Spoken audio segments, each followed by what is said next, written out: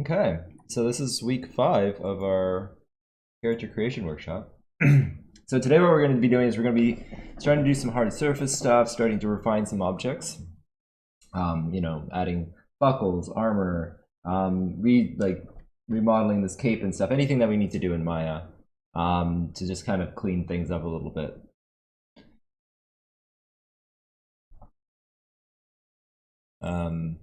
Yeah, oh, hold on just a second. I do have to let people know that this has started. You're right.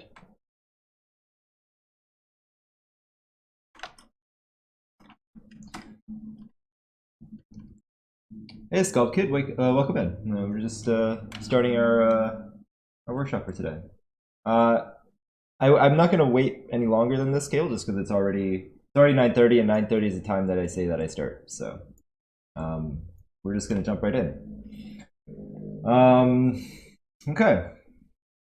So I did notice one thing that this morning that I forgot, which was I didn't really do all this stuff on the boots. And I was gonna do it off stream, but then I thought it might be fun to show you guys how to make like a little boot cuff on a boot. So I'm gonna do that quick, and then we're gonna jump into Maya and start refining some stuff. But usually after I start blocking out clothing, you'll see that I extracted most things from the body first, like wraps and things like that. Ike Squared, welcome in. Talden, welcome. Okay, so what I normally do, once I have like little extremities on things that already exist, you kind of saw this last week with this piece where I used that object to create anything that's on top of it. Similarly with the boots, right? So if I'm gonna create a boot cuff, I'm gonna use the boots as a base, right? It just kind of saves time, make sure that it helps ensure that topology aligns as well. Makes it easier to keep things clean. And clean is very important for my workflow, at least. All right, so what we're going to do is all we need is the top part of this boot. Didn't think the workshop was today. Oh, well, it is. Okay, and now you know. Knowledge is power. Okay.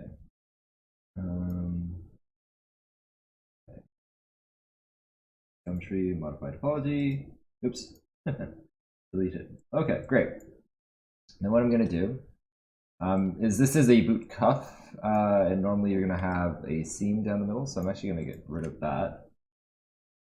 And we're going to take this, and then Z-modeler. I'm actually going to extrude this twice, because what I want it to do is I want this boot cuff to sit over top of this boot, so it has to wrap around, right? I'm going to extrude this. Oops, I gotta make sure that I extrude everything. And extrude that inward. Because I'm extruding inward because I'm creating the inside of the cuff, right? But you'll notice obviously that the normals are backwards. So we're just going to flip that. There we go. And now I'm going to get rid of the excess stuff just to make it into a fat piece of fabric that's kind of flipping over. There we go.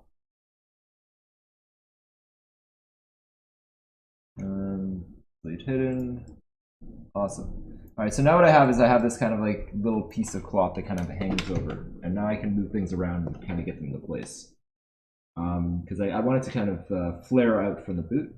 There's supposed to be a belt strap underneath, right? So I need to flare a little bit. J-Crew, welcome in. If knowledge is power, then stop this with your mind, nerd boy. Jeez, man, that's not very nice. Nerd boy.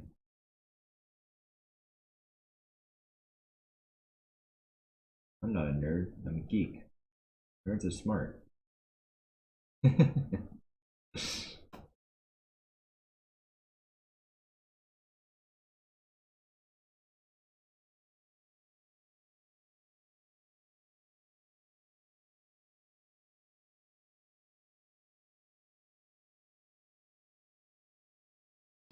Can we see the polygroup of the boot? Yeah, nothing bean. It's nothing fancy. So the polygroups you'll see are well, this is just one big polygroup. because it's just a strap. Well, right now it's multiple because I extruded it, but it's supposed to be one. So I'm actually going to do that now. If you hit Control W, anything that is masked or unmasked in this case is going to get polygrouped. Actually, is it? Hold on. Oh, sorry. It's it just polygroups everything that's visible. Masked is different. Yeah, so it'll polygroup whatever is visible. It's handy if you want to do some quick polygroups. You can kind of just hide stuff and then and go that way.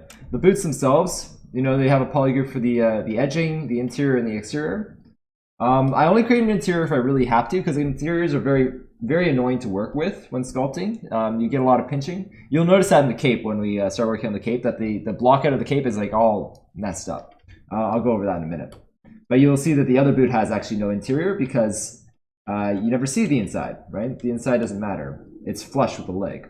This one has an overlapping piece of fabric, which is why it has thickness, because it has to overlap. Queens, welcome in. All right, so I don't want to spend too much time on this because I'm supposed to be showing you guys how to do some more poly modeling stuff. So just give me 1 minute, and we'll jump right into that. There's some other stuff too that I did ignore or forget about on the boots, which is like this other boot has wraps on it, and I didn't get around to that, but that's okay. It's not silhouette changing. This one's kind of important because it does affect the silhouette.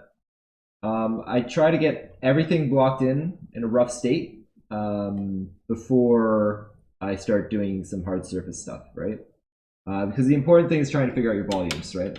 So I want to know what I'm building before I build it. If you jump straight into Maya and start building stuff, you're likely going to end up wasting a lot of time because you're going to build something, realize it doesn't fit, and then have to do it again, right? So this way you do it very rough, and then you kind of get an idea of what you need, and then you carry on.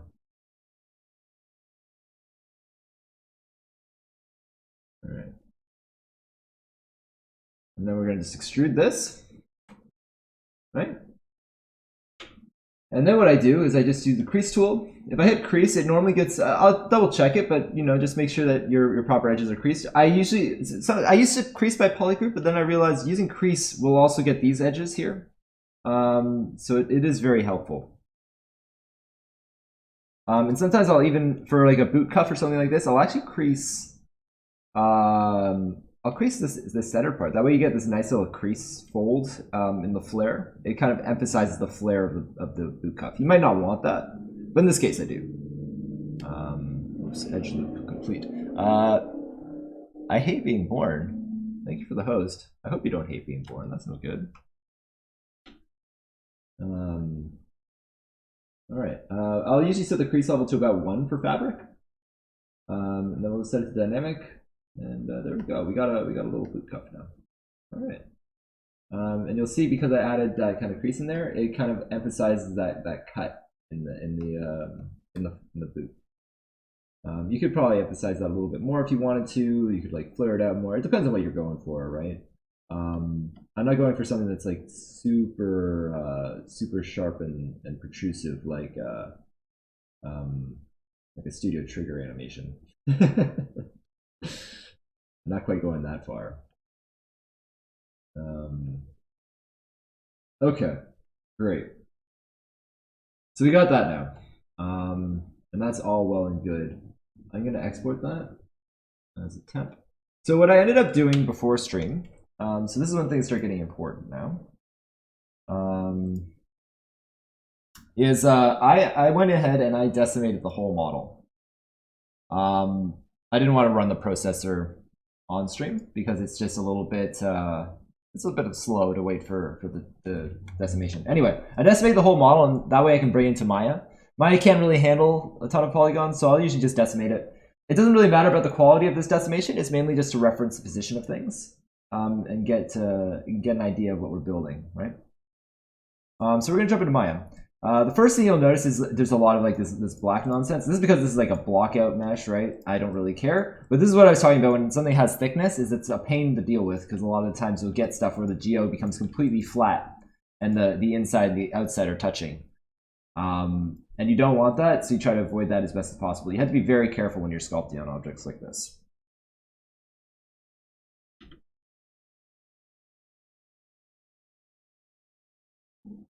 Oh, hey, Kevin.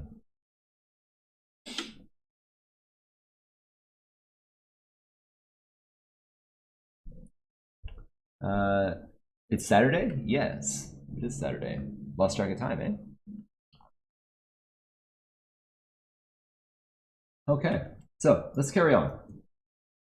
So I think the first thing that we're going to start with is probably going to be like the let's start with the shoulder pad. I think that's the most interesting thing to show you guys. So in order to like after I create a blockout in ZBrush, I'll usually use this as a reference for modeling the final object. So just a second, I'm just going to get my concept up on the side so that I can verify that I'm building the right thing. Lola, welcome in. Okay. We're just going to separate this.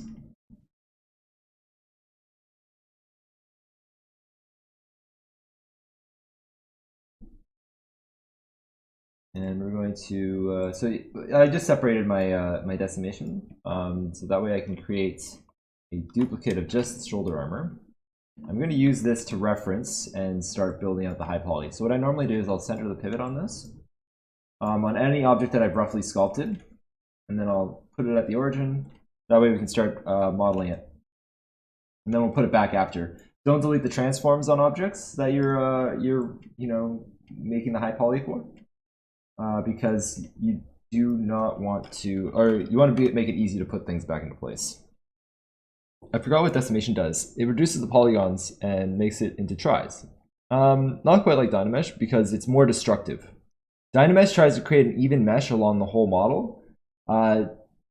Decimation removes polygons in areas that need it less, right? So if you had a flat surface, it would be almost no polygons. So basically, it tries to reduce polygons as much as it can while retaining the shape that you have. Whereas Dynamesh tries to give you a nice even topology to sculpt on. Okay, so this is really easy to position at the origin. Normally I'd have a little bit more trouble if it wasn't you know, perfect in one axis. This was perfectly 90 degree because I was using symmetry in ZBrush, but you might not necessarily have that that luxury. So it's something to be aware of. All right, so we're going to start modeling this out. What I'll normally do is I'll need some form of mesh to start with, and I'll usually use the object that I'm referencing as a base to snap some geometry to. I'll only do this for the first little bit because otherwise you're going to end up with, you know, lumpy topology. So you want to make sure you just get a couple polygons, something to work with, and then you just switch to full poly modeling after that. Kind of like ZRemesh, but doesn't edge loop. I guess ZRemesh does that as well, but I wouldn't even compare it to either of them, to be honest.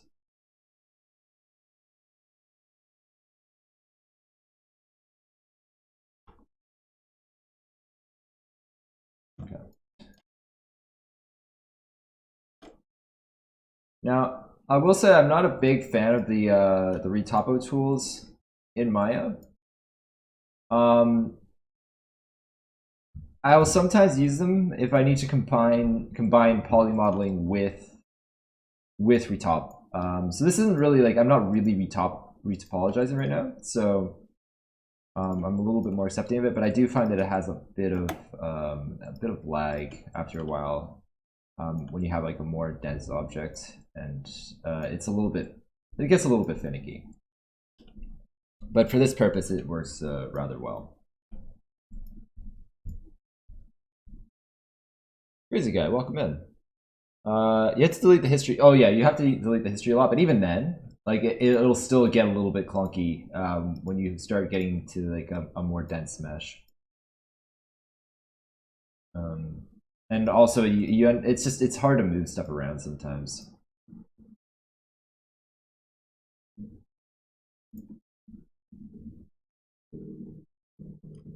Anyway. So kind of do retopology again. Well, we haven't done it once yet. We only did it on the body. So the great thing about doing your hard surface objects in Maya is you can use this topology to create your final low res as well. So you're kind of getting an extra win here, which is nice. Which is why I like to create my hard surface models in Maya over ZBrush, because you get all your transforms, you can use symmetry really easily. It saves you a lot of time. So it's something to be aware of. And again, like I'm going over things that in a way that I do them. You'll eventually find your own way to do things, right? The more you do stuff, the more you'll create like a rhythm or a pattern that you work with in a way you like to work. So I wouldn't worry about too much of the details, if I'm honest. Why don't you use 3D Coat? I'm not using 3D Coat because I'm also doing poly modeling on top of this. This isn't true retopo. I'm just getting a base. I'm just getting some topology to work with. And then I'm going to hide the mesh and I'm just going to be working separately, right? Because look at this mesh. This mesh is a mess, right? It's not clean in any way. I'm not going to just straight up retop it. I just want to get some polygons to work with because it's easier than creating something from nothing.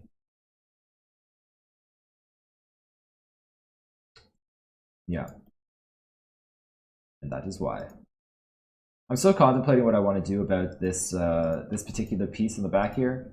Technically, it should probably be separated and then kind of stick out from the bottom. But we'll see. Interesting? Yeah.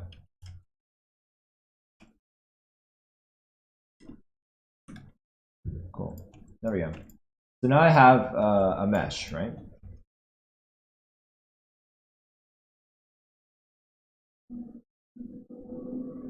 Yeah, it's probably improved. Like I'm still using 16 because it's my perpetual license. And there's no reason for me to upgrade if I have a perpetual license that works for me.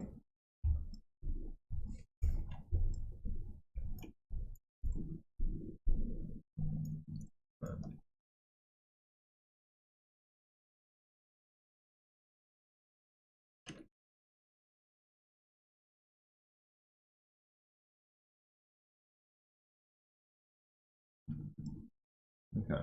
So now, see, I'm kind of going off model now. Actually, no, normally what I'll do is I'll create a duplicate too, just in case, like a backup. And I want to group all this stuff together. Because eventually Maya is going to get a little bit messy when you start making more objects, but I'll create my group, so gr pauldron. All right.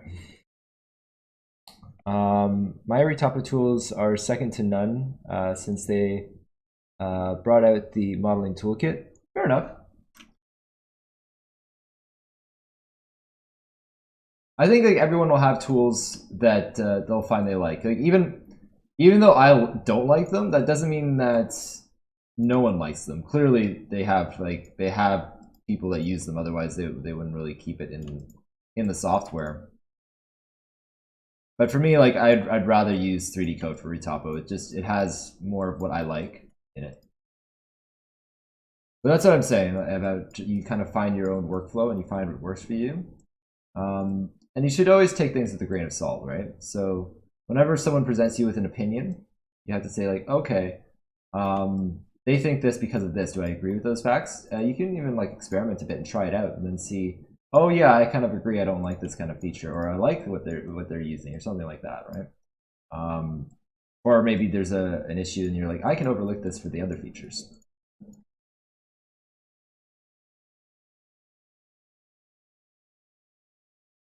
All right, so now that I have this all in separate pieces, I'm going to create. I'm trying to think of how I want to build this still. Even though I kind of have the main shapes going on, there's still some questions involved. Is like how thick do I want the objects to be? How do I want things to overlap? Where do I want them to connect, etc., etc. I just started using a new engine, Godot. Oh, that's awesome, dude. I hear Godot is a lot of fun to use.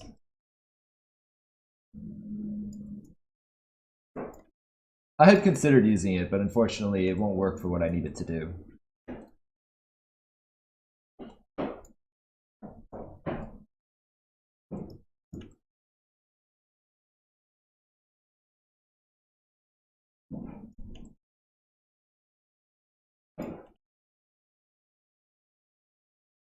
The hammer strikes again. I am sorry. There's always construction going around here.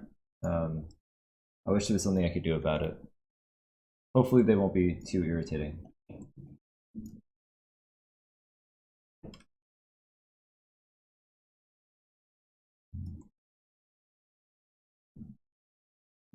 Okay.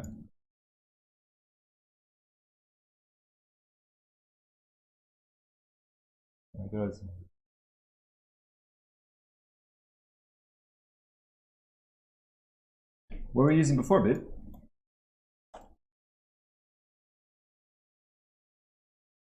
Okay, so what I want to happen here is I want this to kind of butt up on the inside of this piece.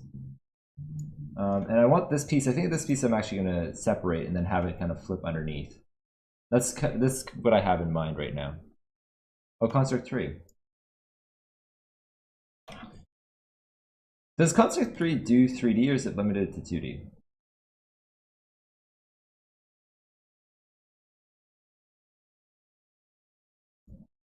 Okay, so what I'm going to do here is I want this to kind of all be aligned. So how I'm going to do this is I'm going to hit D or DV and then I'm going to snap it to one of these edges. Whoops. Let's see. I want to snap this somewhere. Well, maybe not actually. Let's go into side view here. Hit 4. I'm still in D mode here, and then we're just going to rotate it to kind of get the angle that we want. And then we'll just scale it flat. There we go. Nice.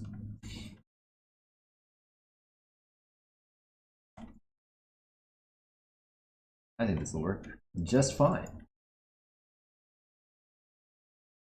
Let's save this up again.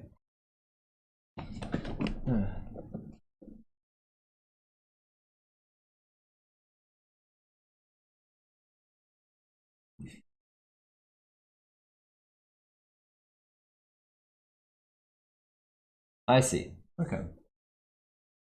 Yeah, so it's a more limited tool. But I will say that limited does not mean that it's bad either. Just because, you know, when something specializes, it'll be better at that thing, right?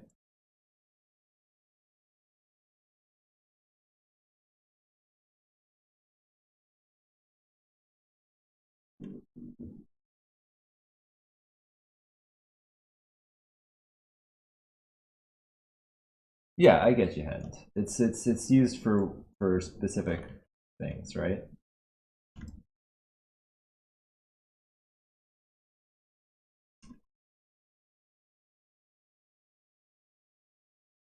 Okay. So Cable, this is kind of I hope giving a better idea as to why I'm using Maya for this particular process than 3D Coat, because I am in fact modeling. I'm not just retopping, right? So like I got the outer shell, but now that I had that base shape that I need, now I can just kind of move things around, add extrusions, thickness, and all that stuff. This kind of stuff you're not going to do in 3D Coat. This at this point we're poly modeling, right? And what I want it to happen is I want it to be thinner on the edges, but kind of get thicker in the middle. I want this polygon to have a good bit of weight to it. Not too much weight, but I want it to feel a little bit chunky.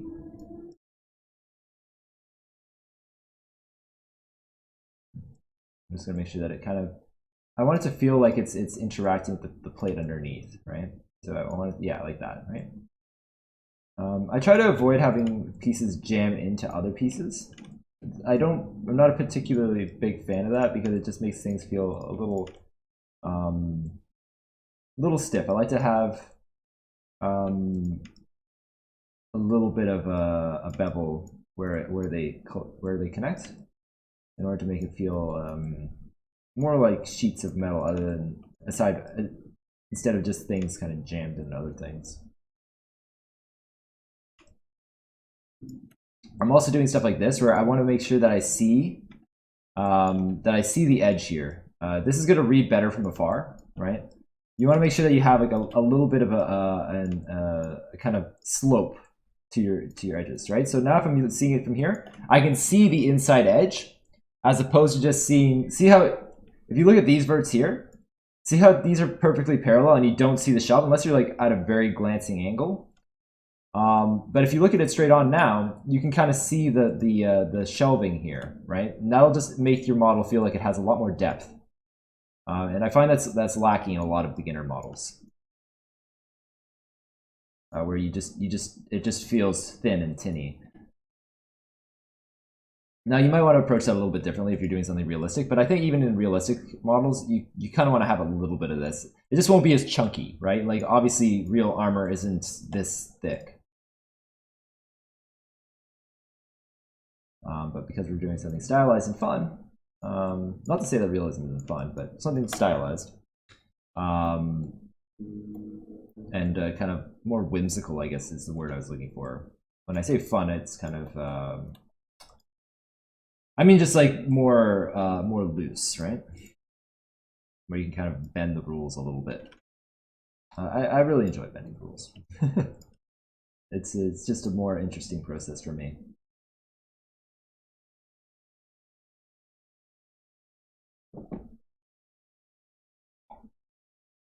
That's correct. Then I bring it into ZBrush, and we sculpt in like dings and scratches and cuts and stuff like that. But we'll have a nice clean base shape, which is very important for a stylized model. The difference between a big notable difference, not the only difference, but a big notable difference between a realistic model and a stylized one is that stylized models have very specific shapes, very specific shape language, and they're a lot cleaner, right? So if you have any wear or tear, it's designed, it's chosen. You want to say like, oh, there's this dent here and it's aesthetically pleasing and stuff like that. Whereas when you're doing something realistic, you want it to feel a little bit more, a little less thought out, because otherwise it'll feel artificial, right? And fake, because things in real life aren't quite so organized, right? So you want to have it a little bit more disheveled.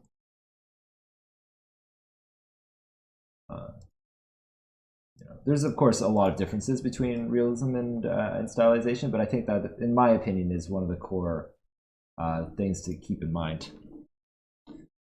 Takeda, hey, yeah, realism is very cool. It's the only thing is like it's not really my speed, right? Just because I'm a big fan of escapism, and realism isn't escapism to me. But you know, everyone has things that they enjoy, right? If everyone enjoyed the same thing, then well, it would be a very boring world to live in, now wouldn't it?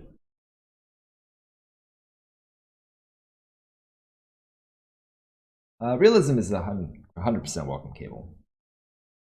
You don't subdivide the armor, right? This is hard surface, this is hard surface, yeah. I will subdivide it in ZBrush to sculpt on it. And I will be previewing it, and I'll be adding supporting edges and stuff, of course.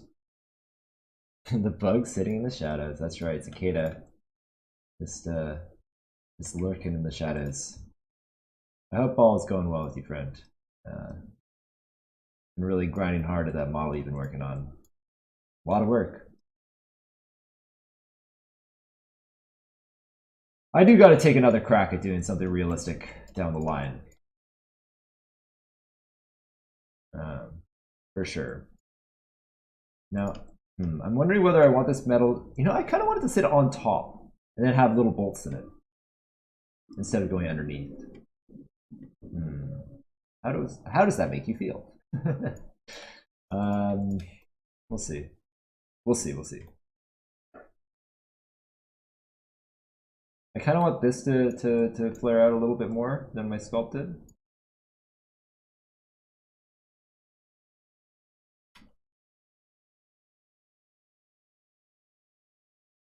Okay. Alright, so we're going to extrude this guy inward. Oh, hold on. Before I extrude, I want to make sure that I have a nice, somewhat clean surface, because otherwise we're going to have to fix this on the interior and exterior. Although I would care less about the interior because you don't really see that.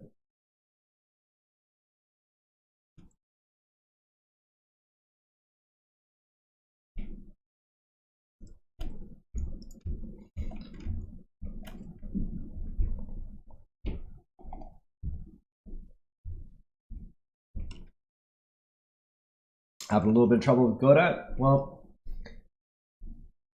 I think once you get used to the tool, that stuff will be a little bit more natural to you.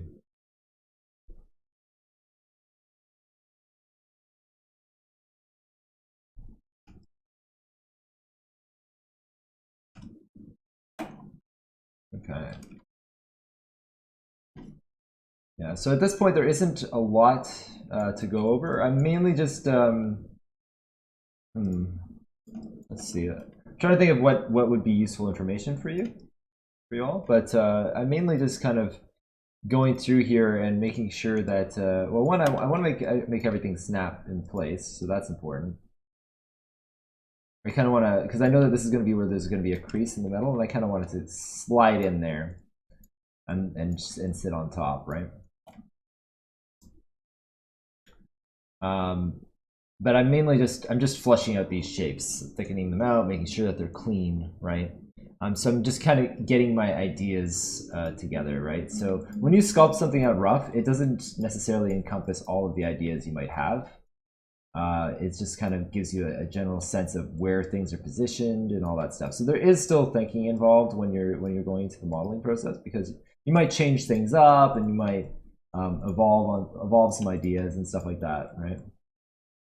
For instance, this piece here, I'm still kind of considering whether or not I wanted to sit underneath. Maybe what I should do is look at some pauldrons, again, some images, and see whether or not those kind of sit on top or underneath that, kind of like when they have a wing, right? Okay, yeah, so from what I'm seeing, it is what I suspected, and they do sit on top. So I should probably do that. And they actually usually sit a little bit inward too. But that's okay. Okay. So another concern of mine that I'm thinking about too is the weight of the armor, right? So my original piece here was a lot thicker, right? That's undeniable, right? Like look how like it's just completely filled in, and I want to make sure that it still feels hefty, even though I've now reduced. I've created proper planes from it, right? One thing that might be helpful for me actually is doing this and then grouping it. Hold on. Yeah, we're gonna. Wait a minute. Oh, I see what I did. Okay, this is fine. All right. And we're gonna try positioning this in place. Okay. Because I kept the transforms on that. You'll notice I created a duplicate of the sculpt. That way I can just kind of preview this. So now I have something going on here. Even if it's not done, it'll give me an idea. We're gonna hide show our model again. I'm gonna hide the pauldron because we are now working on that. Okay, I think that looks all right. It may it may not be as chunky, but it does fit around the arm rather nicely. So I think that's good. I think I will also add, this one's in my design, but I kind of want to add some straps on the arm so it feels like it's mounted somehow. Even if it is floating, right? But I think that looks kind of nice. Okay. Cool. So yeah, doing stuff like that just kind of increases your confidence, right? So that's why it's good to reference in your whole model, just so that you can kind of like get things in place and make sure they're feeling right. Sorry, just gotta stretch for a second. Arm's getting a little bit stiff. All right.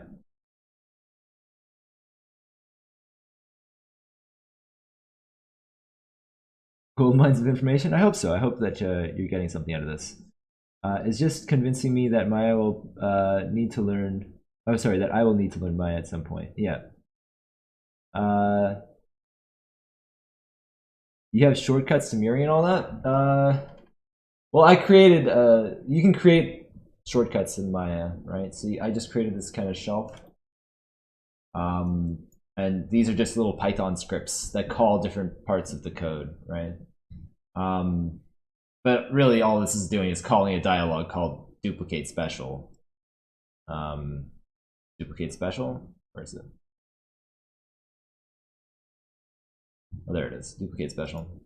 And then you can say like, I want this, and then you can say like, I want to scale it and the negative X, right? This one just creates an instance leaf, right? So it's the same dialogue, but it's an instance leaf, which is it's a slightly different from a reference.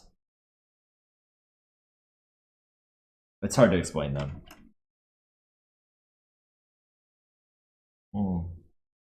I'm no master at Python. This is a little bit of a side thing, and maybe we'll talk about this when we rig this character. But the cool thing about Maya is it outputs every single thing that you do.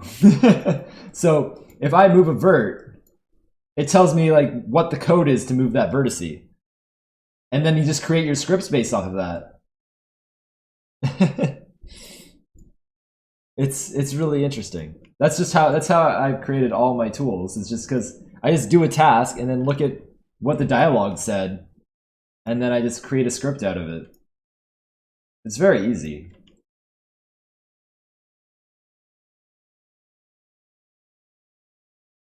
Pause, welcome in. Hope you're doing well, friend.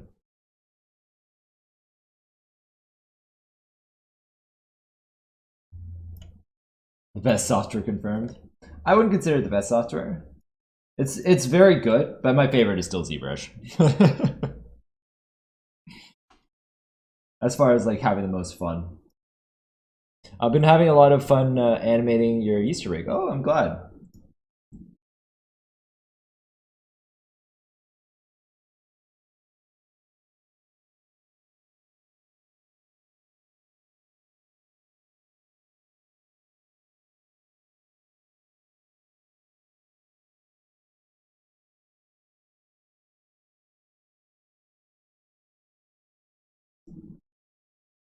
All right, so what I'm going to do now is I want to extrude this piece, and then I'm going to extrude, wait, is that how I want to do this? No. Yes? No. No, I want to create this beveling first, and then, no, I want to select everything. I got it, like this. Yes. That's what I want. Okay. All right. And then I can do stuff like increase this a little bit. Like so. Perfect. We're gonna have to clean this up, obviously. Oh, right, I gotta also hide this. It's like, why is it so much harder to work on? It's because I was showing the whole model. Always hide what you don't need, right? Otherwise it starts getting a little bit cumbersome.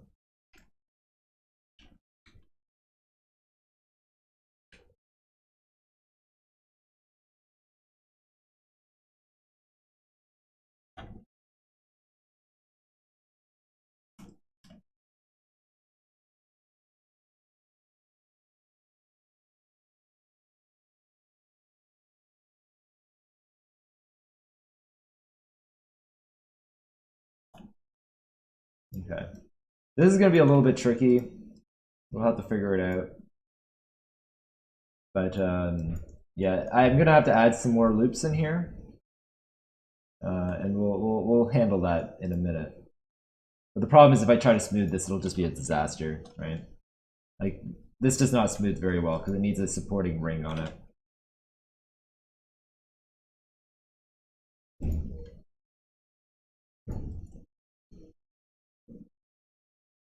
And I want to make sure, again, like I said, that any shelving or like anything that protrudes, I want to make sure that you can actually see the depth. For two reasons. The first one that I had mentioned is just for visibility from a distance, but not all these details will actually be in the model itself. Some of them will get baked down to a normal map. And if you have an object that just protrudes straight up, the normal map will not pick it up because it needs texture space in order to actually be visible. Actually, let me show that. Let me just open.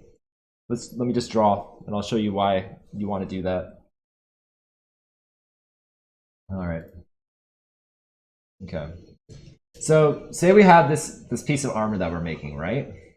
And it has this kind of thing that I'm making here, like where it kind of sticks out, right? So this is the main sheet, and then it has this kind of trimming. So if you were to look at it from the side, so this is kind of like a little trim on the bottom of the armor plate, right? Now, if this is 90 degrees, when you project your normals, you're going to get this hairline seam, right? And it's not going to look like it has any depth. You're going to just see this kind of like noisy 1 pixel line on the edge of your model. So you want to actually do is bevel that, cut that edge, so that you can kind of see a bit of the top. So now when you look at it from straight above, you'll see a bit of the edge, and that gets baked into your normal map. Instead of just having like one noisy pixel, you have all this space that kind of allows it to say like, oh, this is higher than this, right? And it allows it to catch light and stuff like that.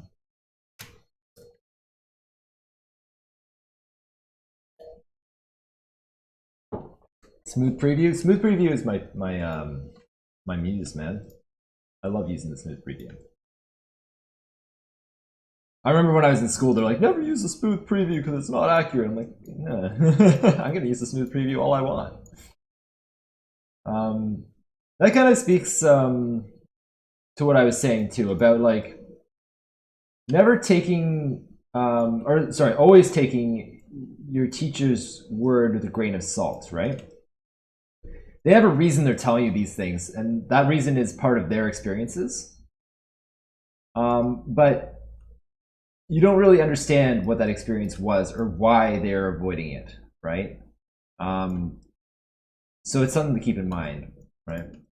There's a lot of things like that, like when teachers will, like a very common one is like teachers will tell you never use triangles, right? Because that's a blanket statement. It's very easy to say never use triangles as opposed to saying like, oh, never use triangles except in these specific situations, right? Because then it becomes more complicated.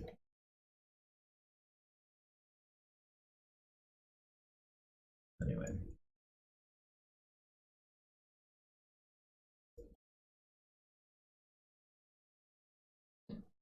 Also said never use triangles. Yeah. My teacher sculpts with red wax. I don't like red wax. I like using the basic gray, the standard gray color.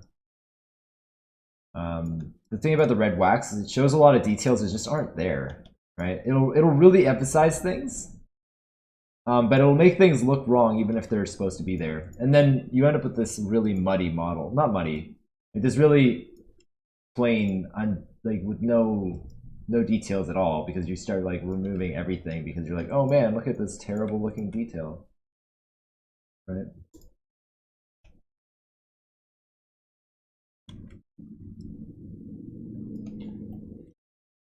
N-Gons go burr. Yeah, you don't want to use N-Gons because not all engines will support them. Well, the thing is, like, an N-Gon, if you throw it into Unity or an engine, it'll just the engine will just triangulate it for you. It'll just be like, yeah, this is made of triangles.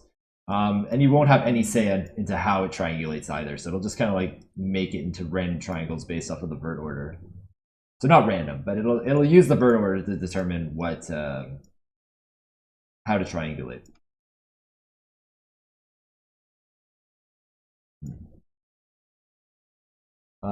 That's a good point because they'll say never use triangles, and when you inspect the work of artists in the field, they have triangles. Yeah.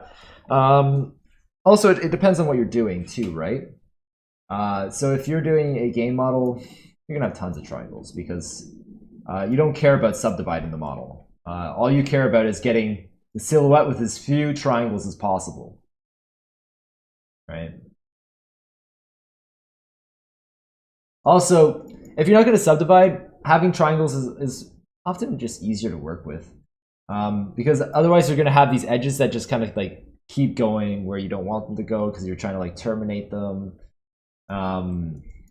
It can be a huge mess. We'll talk about that more when we get into Retopo. I'll start like talking about like triangles, where you use them and all that stuff. But the Cole's notes is that you know, there's no like one answer to anything, right? You kind of got to find your own way. But when you're taught stuff, you're going to get a lot of blanket statements because you can't. I've said this once and I'll say it again. You can't teach art, really. You can teach how to use a tool, but you can't teach art or creativity or anything like that. Even like trades and stuff, you can't really teach them. That's why if you're in a trade, they'll have you go in and do like on the job experience, right? So like trade school is different from book learning. I don't know why they don't do this for games and stuff, because that would make a lot of sense. But yeah, they just, yeah, there's a lot of things that schools just don't know how to handle. But yeah, if you do like a trade, if you're like in construction or whatnot, you go on the job and you do that thing. No book is going to teach you how to build a house, because like there'll be certain things that'll be like, oh, you got to do this all the time. Oh, you got to do this all the time. But there's just so many edge cases, and you kind of got to feel it out. Anyway, that's just my opinion.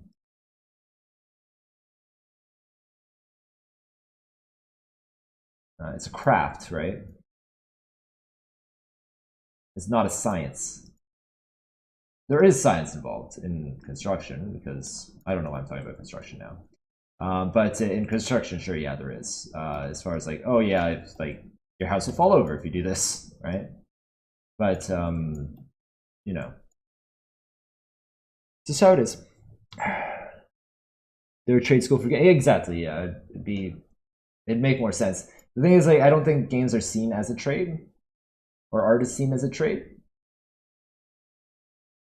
Creativity in art is how one interprets and understands enough to recreate it on a canvas of some sort.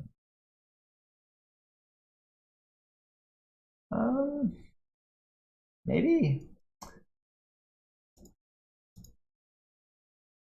I suppose so. I'm not sure that's exactly what I'm saying. Random Goose, hey, welcome in. Okay. I will say too is I'm not going to be going as far with this all on stream as I have with other things. I'm specifically going to do a few parts, and then I'll do the rest off stream, like anything that's redundant. Like the belts, obviously I'm not going to do every single belt on stream, but I'll do one belt so you can kind of get an idea of how I do it. And then maybe the cape, and that'll be it. Because otherwise we'll be here all day. This stuff takes a good bit of time. When you're starting to do like the final modeling and stuff, it takes a lot longer than that early sculpt phase, you know?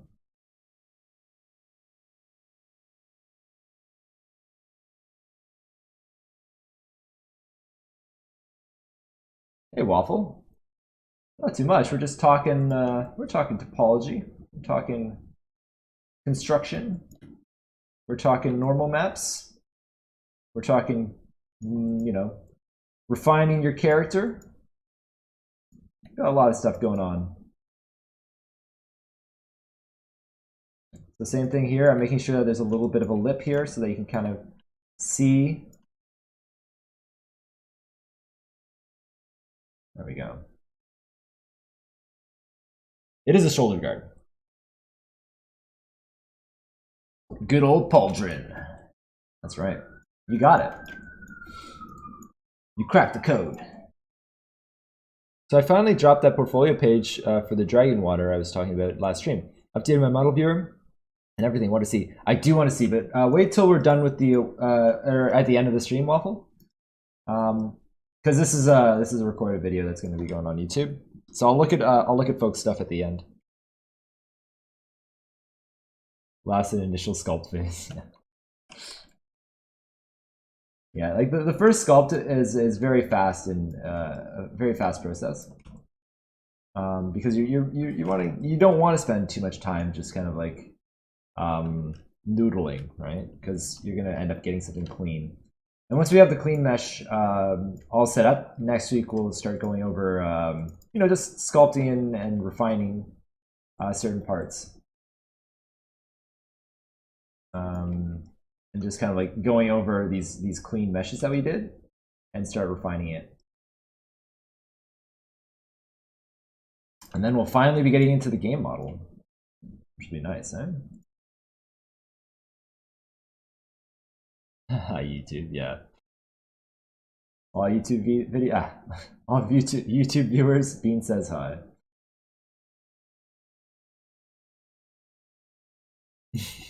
You want to be famous, like? What's up, Vimeo? I don't know if I'll put this on Vimeo.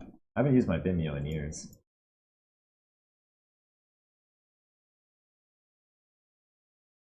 Question. I have a piece of armor that's made of 100 little parts. Can I make a plane, bake the little parts, and then come back to the model and move the polys to break the planar idea and move some vertex? I think you're gonna have to reword that, Cable. I'm not quite sure what you mean.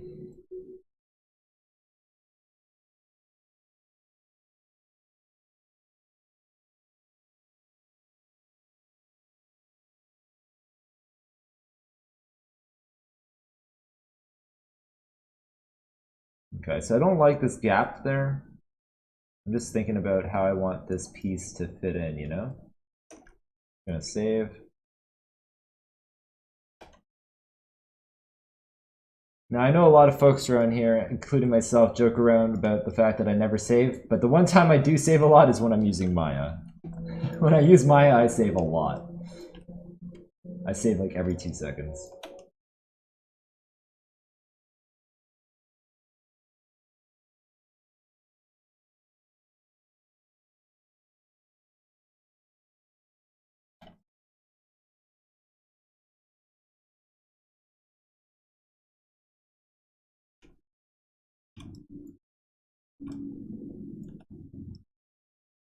Yeah.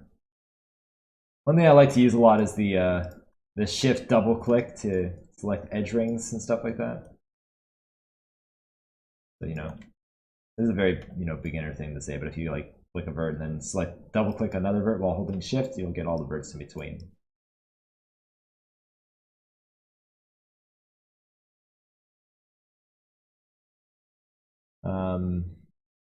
I'll ask you again later after the video so I can send you some images. Okay. I save until Maya says there's no change. Yes. Yeah, I do that too. Because sometimes you'll save and it doesn't actually save. I don't know if I'm just crazy, but I feel like that's what's happening.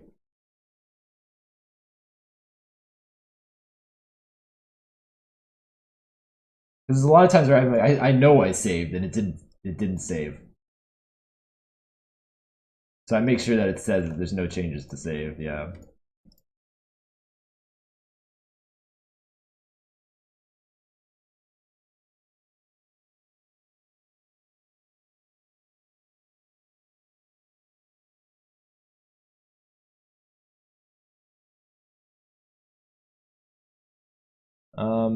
I start my PC and my left hand goes Control S is default pose. Yeah.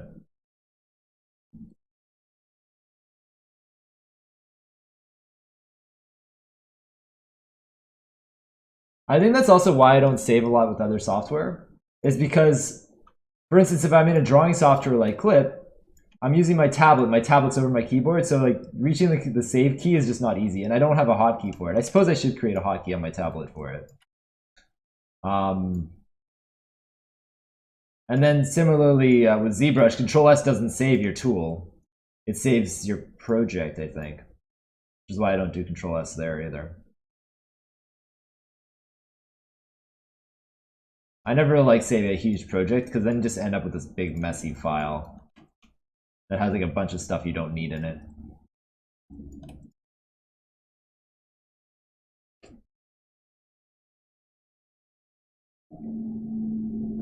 Autosave is every 2 minutes. Autosave is important. Is that something new Maya has improved or not? What, saving? I'm still using 2016, so I couldn't tell you. Well, I use 2020 at work, I guess. Sort of, sometimes. I'm contemplating whether I want to have this stick out a little bit. I don't think so. Framed World is now following. Then you're following. Are you using a mouse or stylus? I'm using a mouse for poly modeling. I don't really like using the stylus for poly modeling.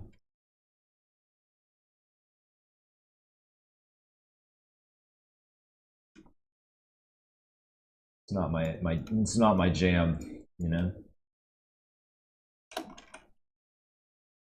I suppose I should, because it's, you know, better for your wrist, but I tried it and it just wasn't very comfortable for me. Maybe I'll try it again at some point. Okay. I'm thinking I want to make sure that this kind of lines up like that. I want this to flare out a little bit more. Okay. And we'll extrude this friendo outwards. There we go. Her sword I'll just do straight in ZBrush. Sorry, in Maya. I'm just gonna create an image plane and do it right in Maya. So I'm thinking about when I'll tackle the sword. I might do that on an off stream. I might do that on a Tuesday. Because otherwise I won't be able to keep up with schedule. So maybe I'll do that this Tuesday. We can do the sword on stream. And I'll record it as like a part B or something. Part 2 of this stream.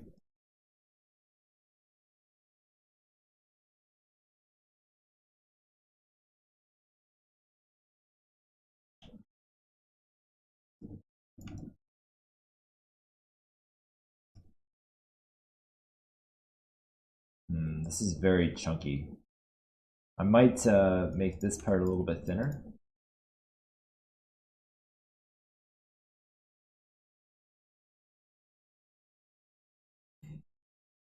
Can't wait to see I do all the supporting edge loops. My mesh tends to get messy when I do supporting edge loops. Yeah, it's always tricky. I noticed I have a lot of detail and I'm hating myself for it. Oh, your character's guns? Yeah, well, you know, I think that stuff's important. It'll make your character stand out if you have nice attention to detail, right? So I wouldn't regret it. Just, you know, own it and make it look really nice.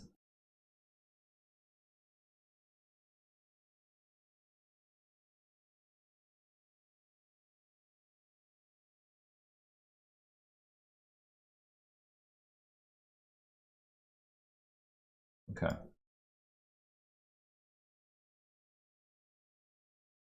That looks pretty good. I think that the next step is to start adding supporting edges and starting to get that in there.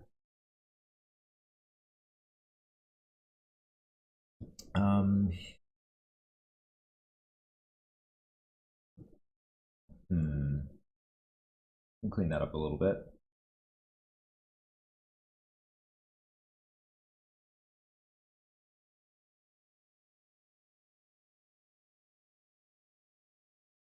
Yeah, I take that.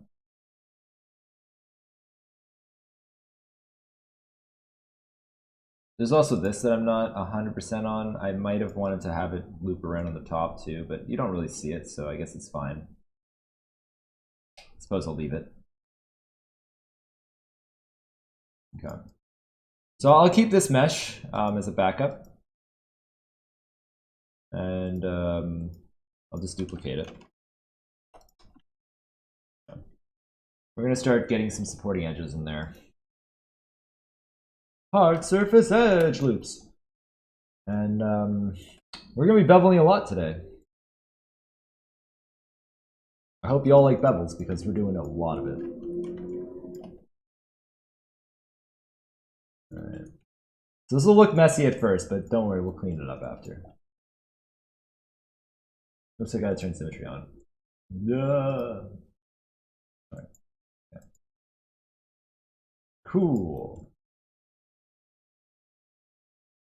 Oop, I forgot to create a shelf here. Let's do that. Okay.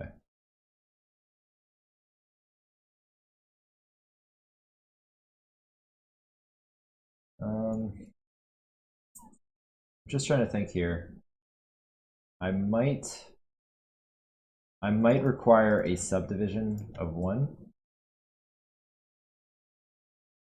Yeah, hold on a tick. So I'm gonna subdivide this once before I add my supporting edges. So what I'm going to do, in order to retain the volume that I want, is I'm going to create a crease I also want to make sure I got that selected and this selected. And we're going to go in, we're going to crease this edge. Right? And now that this is creased, I'm going to subdivide it once. Okay. And you're going to notice a lot of issues here. See how this is concave, right? So that we're going to need to fix. So we're going to just remove history. And I'm going to clean that up now. You want to make sure that you have enough supporting edges, or sorry, not supporting edges, like enough. Like I don't want to have a straight line from here to here because these are both sharpened edges, and then I'm not going to get any arc in the geometry. So you want to make sure that you have everything that you have enough support for the volume, right? You don't want to just have like this really big gap. So I didn't want to add supporting edges on that one area just yet. Because otherwise, you saw how everything kind of got concave and pinched there. That's exactly what you'd get when you smooth the model. So you want to make sure that you have your volumes cleaned up first. And it's easier to do it this way before you start adding extra edges. Because if I had done this after, it would just become a huge mess. Right. You can crease in Maya? Yeah. It's called the crease tool. I think it's like edit mesh crease. Or is it mesh? I don't remember where it is because I created a shortcut.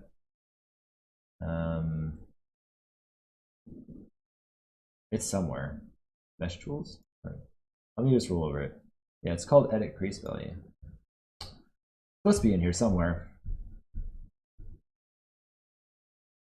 Let me see if I can find it for you.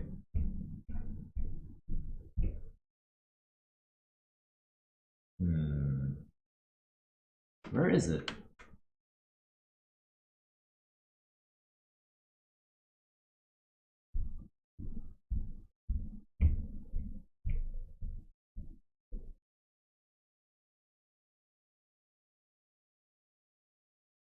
There it is, crease.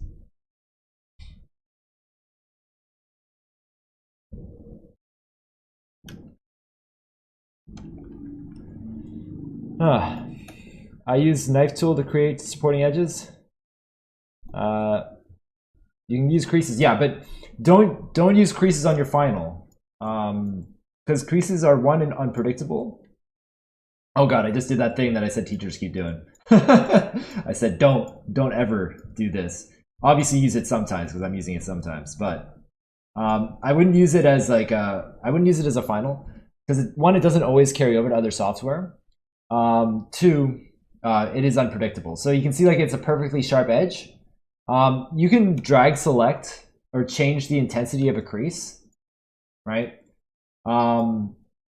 So sometimes it might not be a perfectly sharp edge, and sometimes you might not want it to be a perfectly sharp edge. It's very vague as to like how what result you're going to get.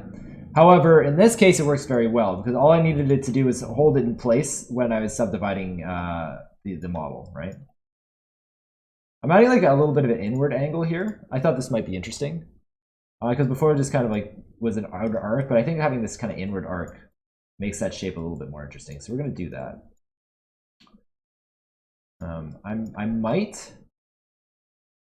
might want to add one extra edge here as well because this is very tight. So what I'm going to do, edit mesh, bevel. See, and also your creases die very easily. Like, see there, my creases are gone now. That's another reason why you might not want to use them all the time. But my poly bevel. Wait. Oh shoot. I just realized something. So I have a shortcut for bevel that I created this shortcut bar back in 2011. So I still have access to the legacy bevel, which isn't in the new Maya. But see, like I really hate the new bevel because the new bevel does this. But the legacy one, look how clean it is. Look how clean the legacy one is. I don't understand why this isn't in the tool anymore. Hold on.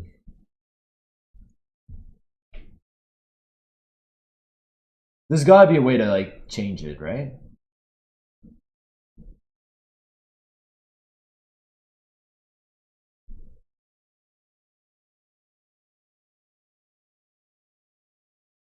Auto fit maybe?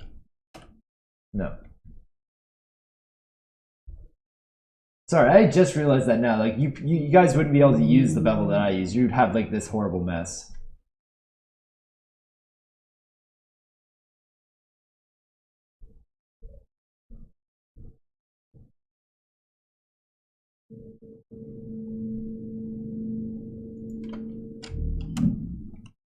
And this doesn't do anything. I don't even know what half of these features do, if I'm honest. Oh, no, that's something else. Angle tolerance?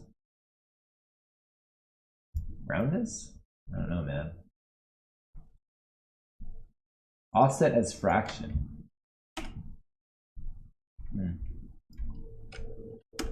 Yeah, I don't know. Not legacy bevel. Yeah, like look at it's ridiculous. Why is it? Yeah. See, this is also the funny thing about Maya is every time they create a new version, the old scripts still exist. They're just hidden away, right? So if I go into bevel here, edit pop-up. No. Hold on. Edit. Okay. So poly perform action, poly bevel, is the new, like this is the old bevel script. So you guys could probably still use it if you had this. Maybe I'll post this in the Discord because this bevel's just better. Old bevel sucks. Or just, sorry, new bevel sucks. And what does the new bevel look like? Hold on. Okay.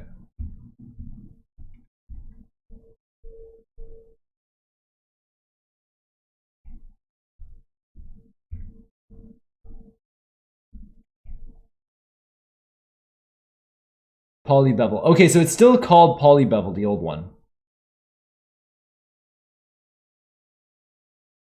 I'm wondering if there's a legacy.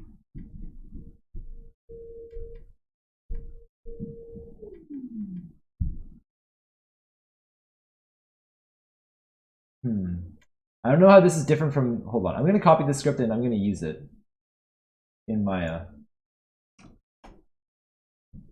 Hold on. Okay, if I use this script. Also note that the outputs are all mel. So we're going to use mel. Hold on. I'm very curious. Hold on. This is a bit of a tangent. Yes. Okay. So with this script, you guys could probably use the old bevel. But the old bevel's just better.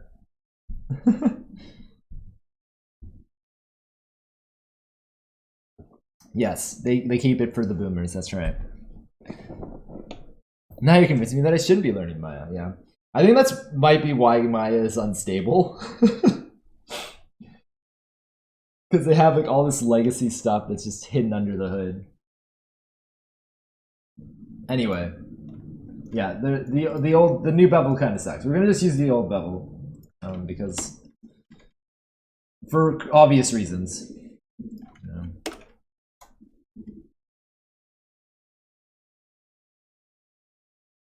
Okay. Anyway, this is a lot cleaner.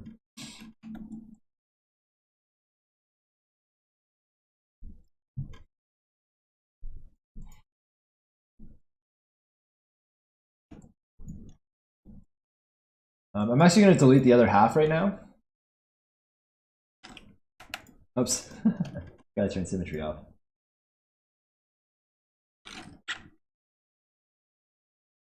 We drug dealing Maya scripts out here? Yes, that's right. I don't understand why they took that away. Because it clearly works better. Anyway, I don't know, man. People are weird.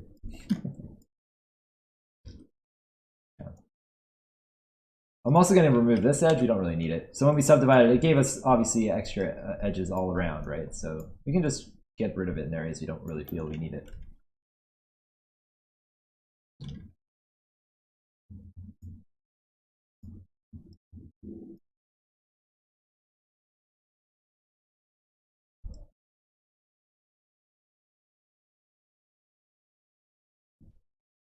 Okay.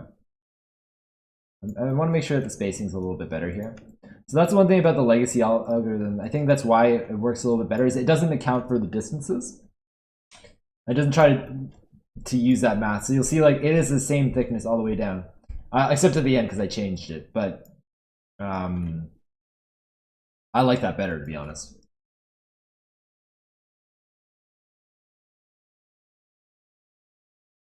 Heisenberg of coding in Maya.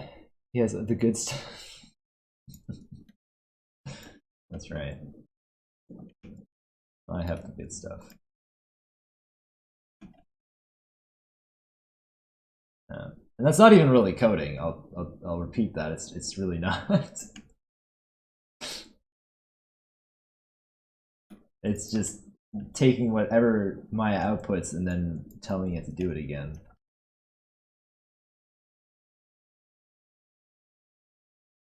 Is the crease special? Why is the edge blue? The darker blue is showing where the crease is applied.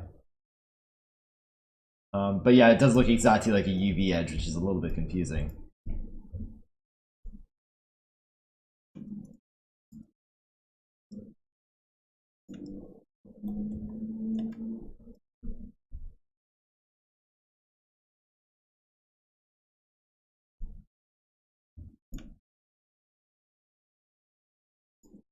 But when I did the bevel, it kind of destroyed that crease. Which is fine, I don't need it anymore. To be honest.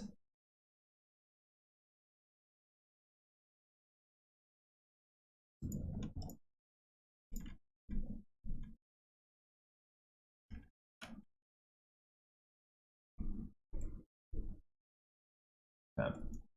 So the big thing is I'm just making sure that there's enough support. I keep saying supporting edges, but these aren't really supporting edges. I guess they are, but just like enough to kind of get a nice curvature. There's too much of a straight line between these two, right?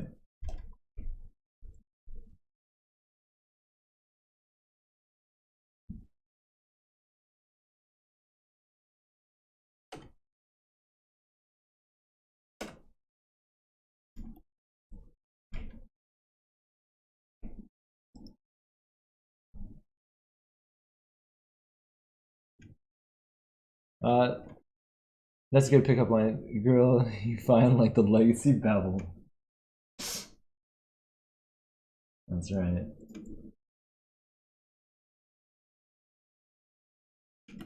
See where that gets you, Cable.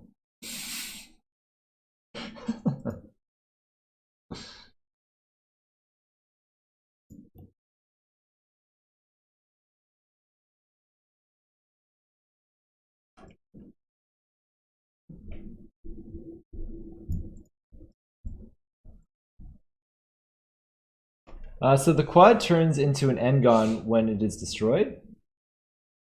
No? What do you mean?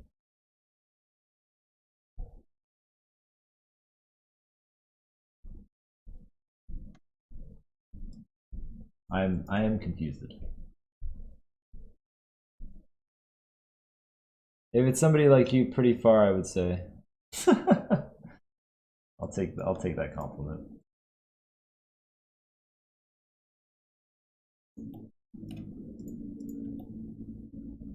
I wish it was that easy.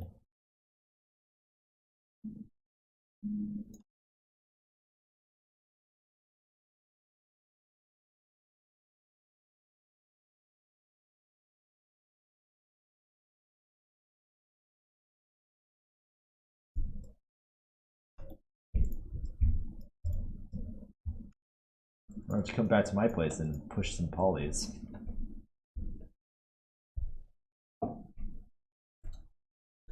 All right.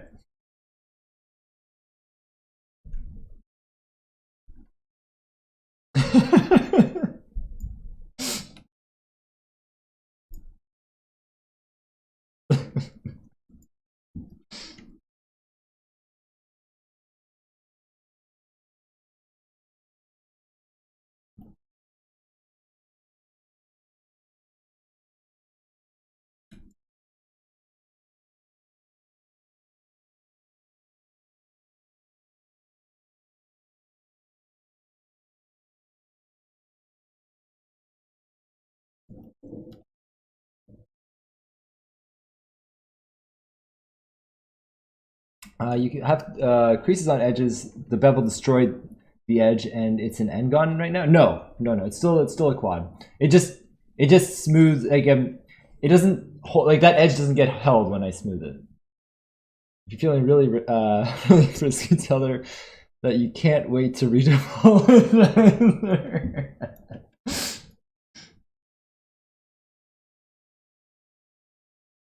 Or even riskier. Hey babe, do you want to get decimated?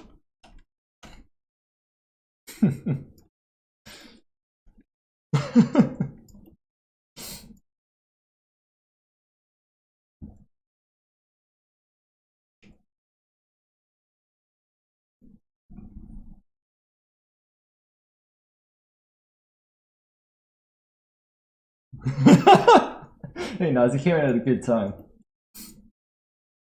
We were talking about nerdy pickup lines.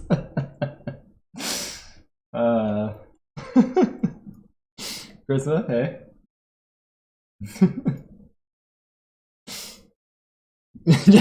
You're game ready. That's a good one, Square.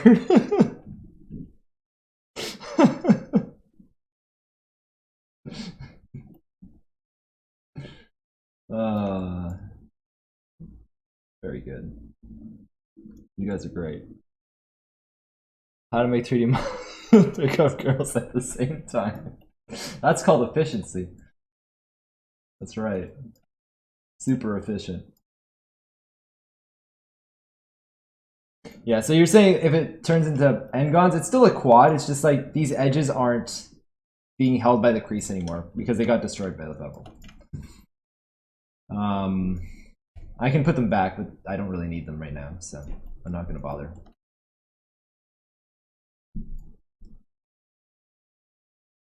Although then again, you know, it's actually a good preview for when we actually add supporting edges, so I'm going to put them back. Now I think about it, so that's a good idea.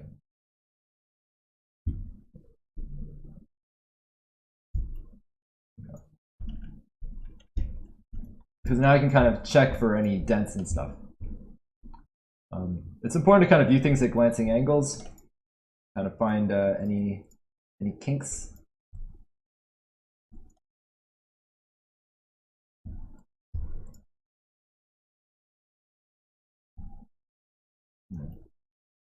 When we sculpt, you can probably sculpt some of this stuff out too.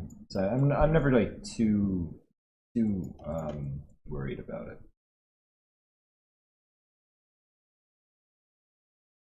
But this is a little bit of an issue, right? Like this,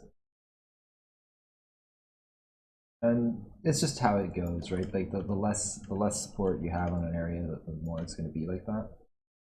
That's okay. Okay, so I'm actually going to duplicate this again.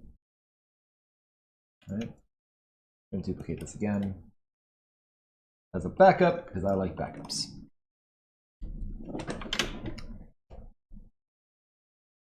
Now I know what stuff is doing while he's working.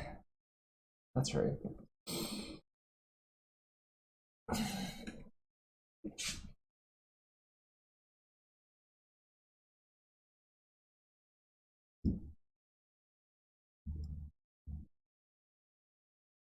You gotta work hard, Cable.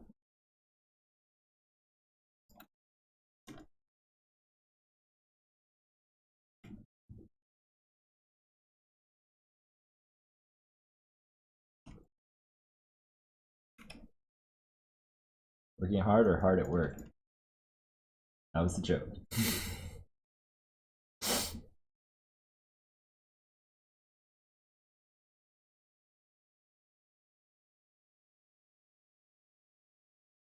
Alright, so now what I'm going to do is we're gonna bevel the shit out of this. I hope you're ready. Oops. Oh, please say I have symmetry on. I don't! I'm a fool, guys. I'm a fool. Okay.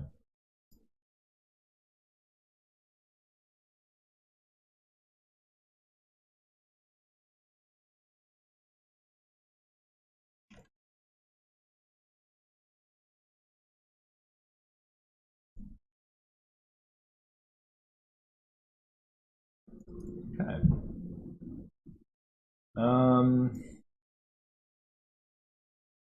So again, this is going to get a little bit wacky, just so you know. But we're going to bevel it. Okay. I want to make sure that I have a nice extended bevel. I'm going to use the legacy again because the old one sucks. Or sorry, the new one sucks. I don't. Anyway.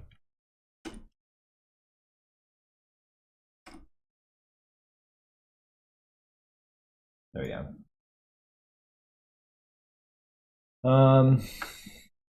When you can make one, no, don't do that, Bean. I'm guessing that workshops stream you do after hours. That's right. All the kappas, yeah. There's a lot of like what's the word for that? I was gonna say sass, but I don't think sass is the right word. A lot of undertones, I guess. You could say. A lot of undertones going on. I want to make sure that it's. I don't want it to be incredibly sharp. You know what I mean? I want it to kind of feel soft.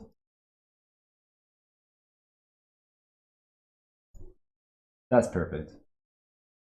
Okay. Now there is some lumpiness. You can see it, but that's okay. We're gonna fix all that stuff now. I usually like to keep a backup of the bevel as well. And we're gonna get rid of, well, one, we're gonna get rid of the symmetry.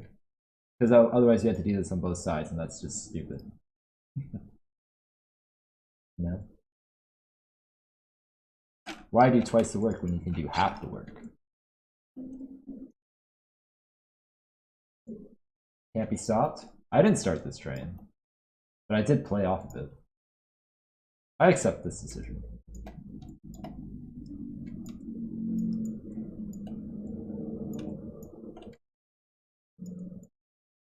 I regret nothing. All right. So you'll get these, like, when you create a bevel on an edge like this, where it creates an n-gon, like if you, on an interior edge, you're gonna get these crazy freaking n-gons. That's why I said things are gonna get a little bit wacky, right? You get this kind of nonsense. But that's okay, because we're gonna clean that up now.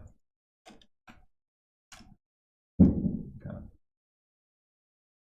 Fortunately, there aren't a lot of them. Okay. And then we're just going to go in here. We're going to select.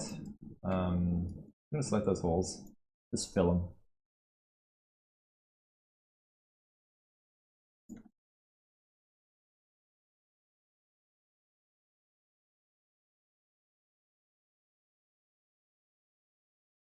Why is the edge like that? It's wacky. I know.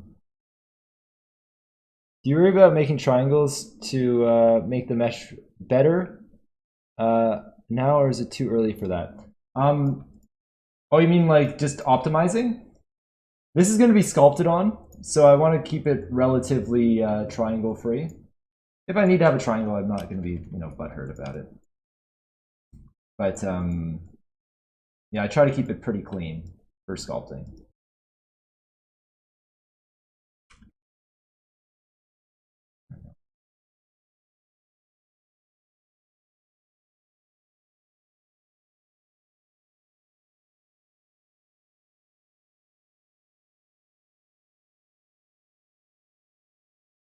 This is a little bit sketchy, how it has a super elongated polygon.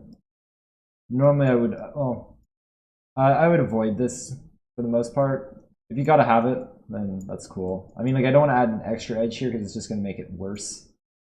So I just kind of have to have it there. But, you want to avoid having things that are too stretched because you're going to get a little bit of strange shading there.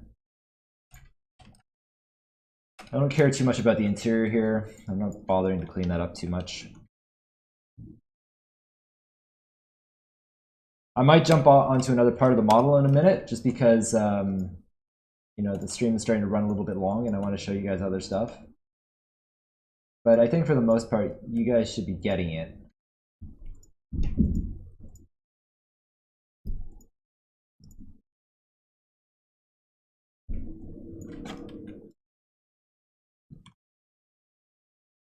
See, we got one piece. Got one piece there. Okay. So I think our next one is this one. I'm gonna do this one, and then maybe I'll work on some belts and the cape after that. Just because like this one's a little bit more complex than this one, so I think you're gonna get more out of it if I show you how to do this. But before that, let me quickly go get some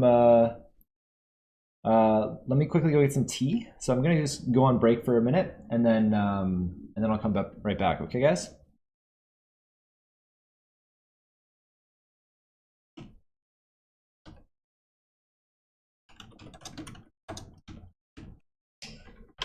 All right.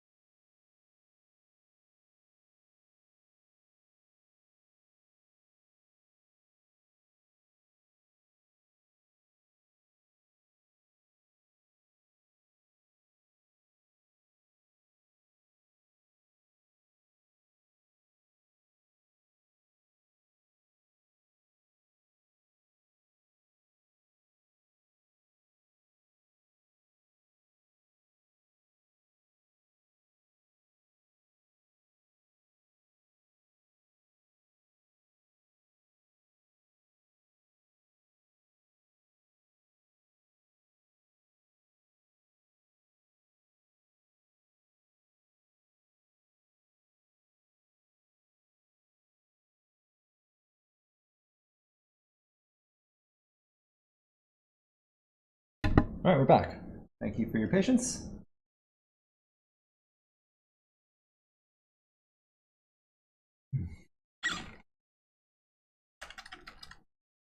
Okay.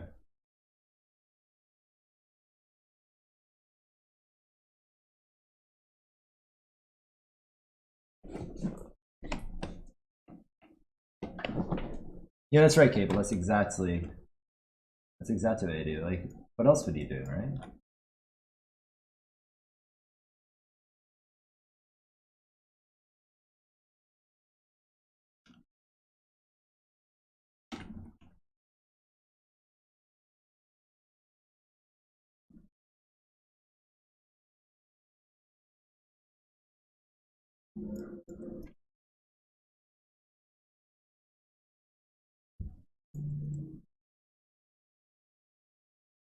Okay. So I think that the big thing now is I want to make sure that I have, one, enough support here, and two, just a nice loop that goes around, right? And I have just the plan to do this. All right, so what I'm going to do is, one, I need an extra edge here for support, right? And then you'd be like, well, Christoph, you've created a horrible mess now. What are you going to do? I don't know. Well, first we're going to create a triangle here. A triangle? How dare you? Hear me out. Hear me out.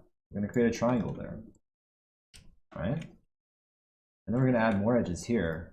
Right? We're going to throw some edges here. And then you're going to say, well, now you're making it worse.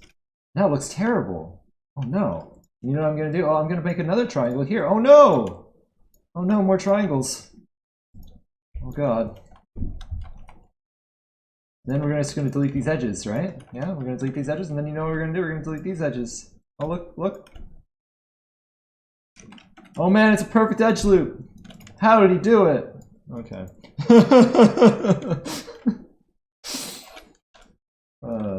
Then we're just going to clean up this shape a little bit.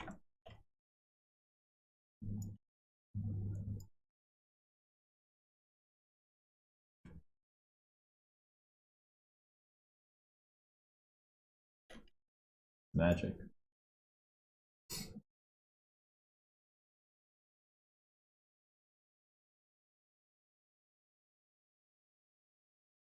I'm looking at my concept again too. I do want to extend. I want to extend this edge out a little bit more. I want this to go further down.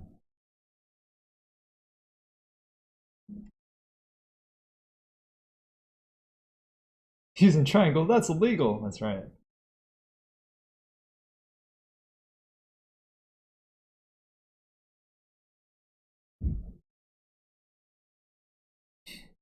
Don't do it again. Right.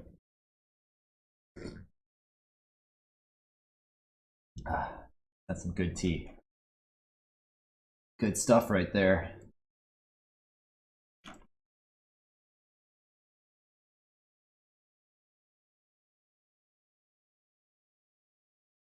That's right, Cable.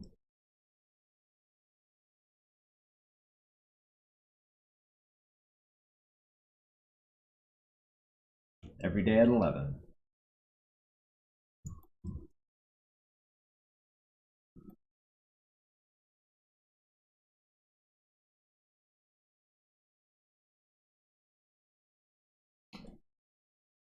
Okay, so now either I figure out how to copy paste nodes between Blender files, or I realize this entire node tree. Oh, relearn. Realize. What for? It's 3 p.m. for me. I'm sure it's almost midnight for Froze. So every time is a good time to do it. It's true. It's true.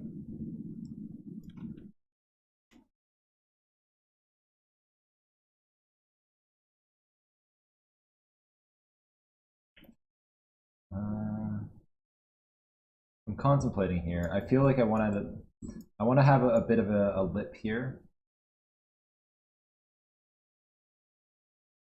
Maybe? I don't know. Could also maybe straighten this out a little bit.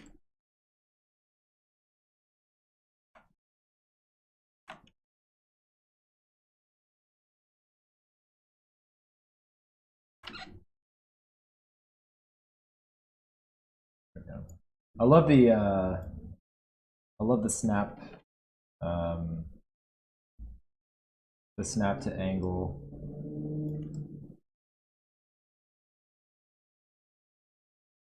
Cool.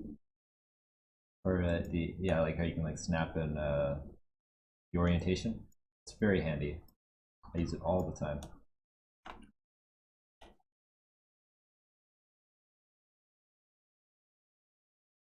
Oops. Oh, not that.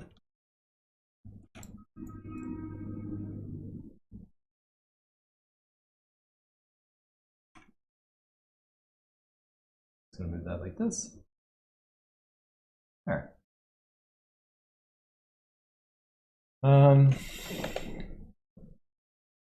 Outside playing in the rain. Not a fan of the children.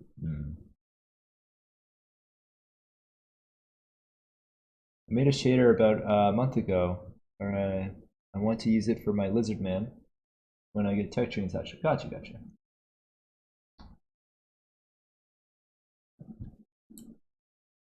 Nodes are fun. It's way better than creating shaders from scratch. I'll tell you that. I don't know how people use the HLSL code. I should learn that at some point. There's just so many things to learn. I'd rather get a huge bird like the one in Invisible than having this giant bird. Yeah.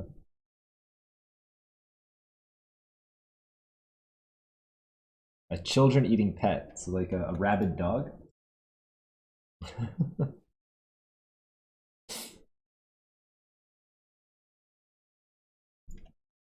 A wolf. Get a pet wolf.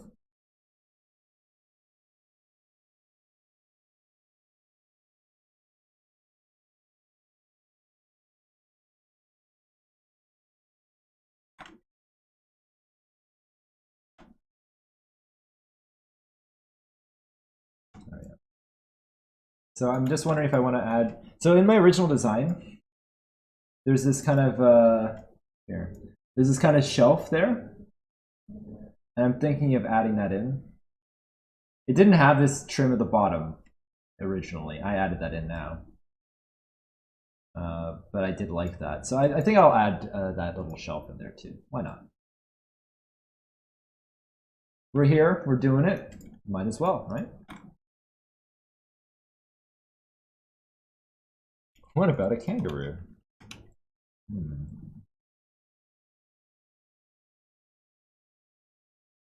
A raccoon.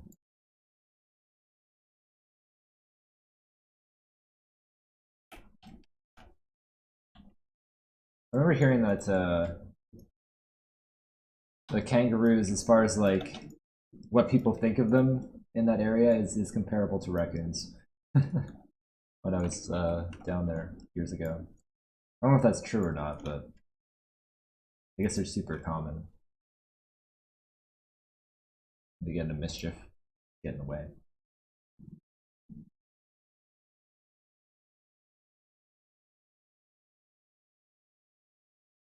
Goes around decking kids left and right.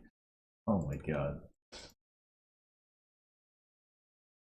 Terrible. Those poor unsuspecting children.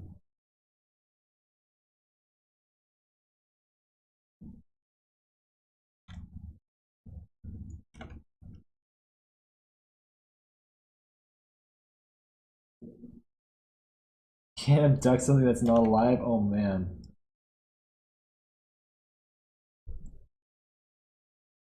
That's terrible.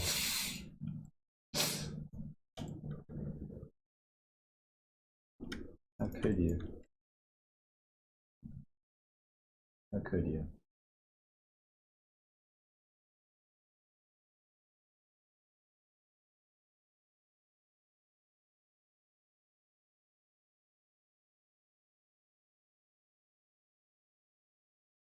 There's so much hate going on.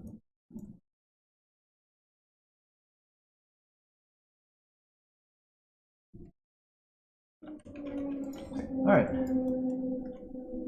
Time to bevel this. I think this has, yeah, this has enough edges to kind of support the details, so I think we're good to go there.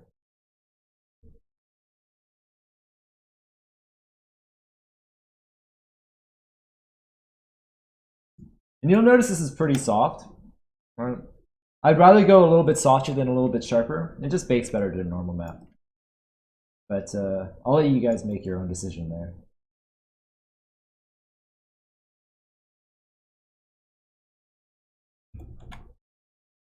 Oops.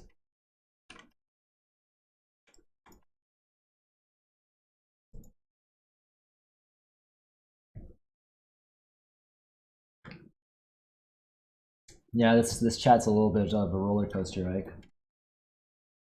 Bit of a roller coaster.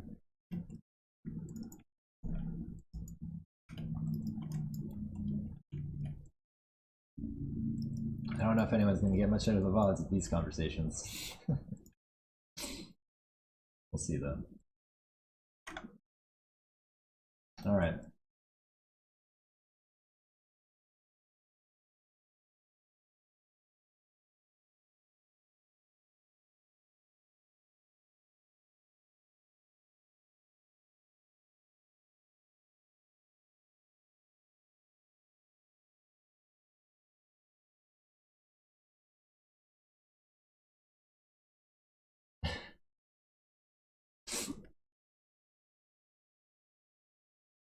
It's a little over the top. A little too far. Okay, there's gonna be a lot of stuff that we're gonna have to figure out. But I think, yeah, getting like the basics down is good. This area is gonna be a problem after we bevel it. I might do this now. And then just, you know, suffer the consequences. as you do, right? All right, we're gonna accept our fate. Oh no, guys, symmetry is off. Damn it, you gotta do this all over again. Okay. I could have gone to the other side and started selecting things, but I usually like to make sure that 100% sure that I selected the same thing on both sides. This doesn't matter all that much, but if I forget to do symmetry, I just select it all over again, just to make sure that I've selected everything. That's alright. It only takes a second. Yeah.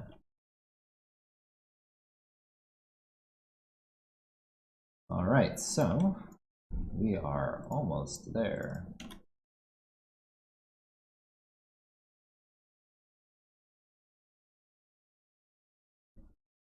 Okay, I think we got it all this time. Oh, except for this one. Perfect. And this guy. All right.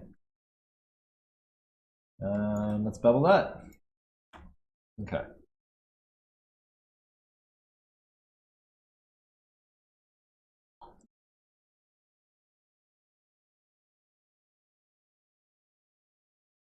So you'll notice clearly that this is way too sharp.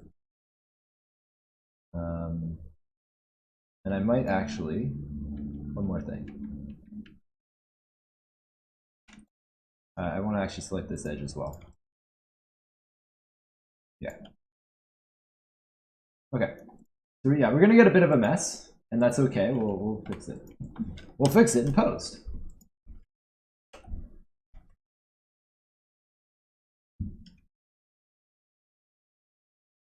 I want to make sure that my bevels are fairly consistent.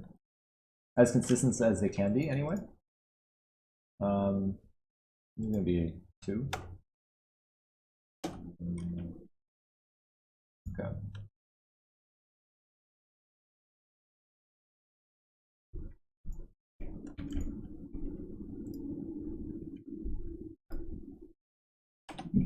Okay. Yeah, you can see like this area is going to become all messed up because I'm creating these really big bevels. But that's okay. I won't worry about that just yet.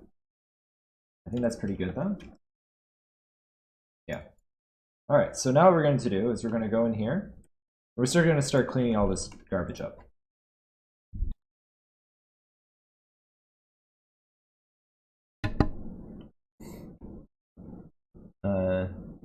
It's no man's land. Well, Nas is here somewhere.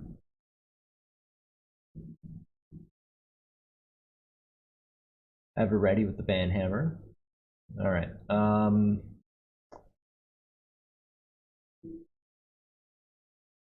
What was it? Oh yeah. Hold on.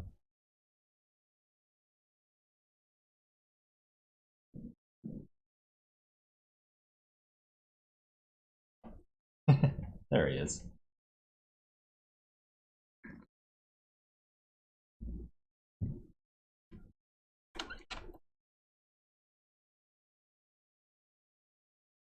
All right, so we got a lot of garbage going on.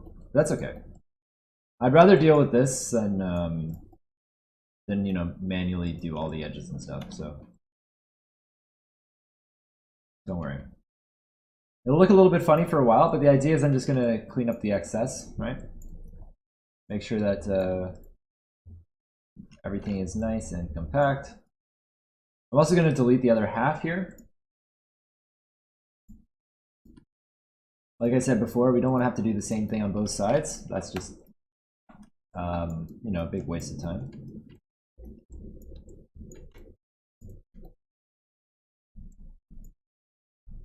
The shadow guard, that's right.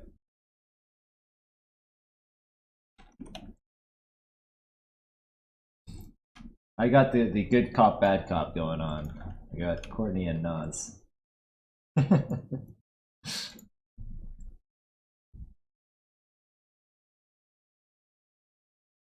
It's perfect.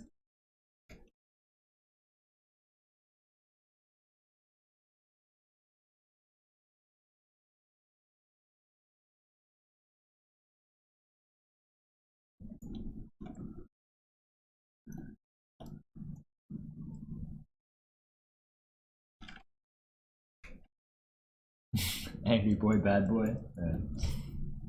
Are you using snap to vertices? Yeah. So if you hold V, it'll just snap your verts.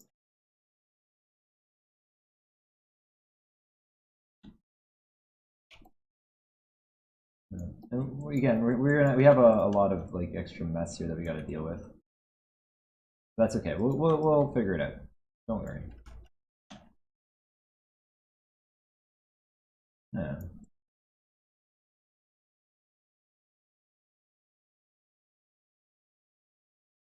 Everything is okay. Don't you worry.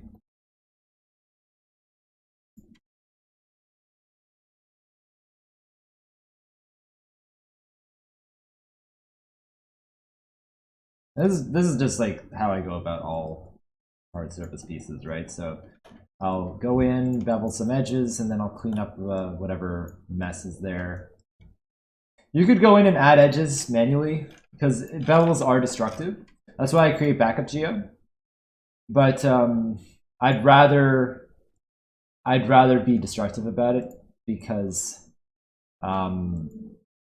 it's just much more efficient, right?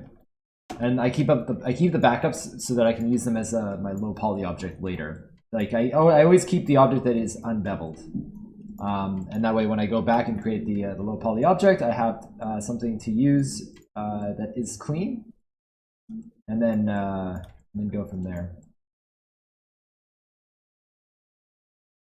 And it depends too. Sometimes I'll just like remove edges from the one with the supporting edges, depending on if I changed a lot after I started beveling, which happens sometimes. Not ideal, but no one's perfect, right? So now what I want to do is I want to make sure that I get rid of these little messy edges here. There we go. Turn those triangles into quads. All right.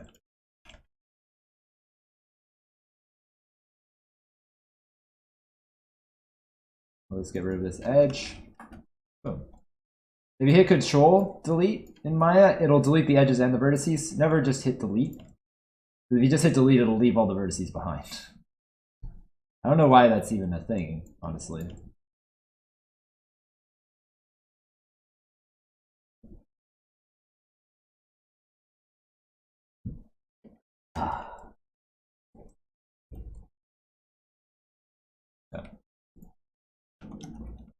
Man, I'm not gonna lie, streaming with a nice little cup of tea is always a good time. It's always nice. Really enjoy the weekend streams. They're nice and chill.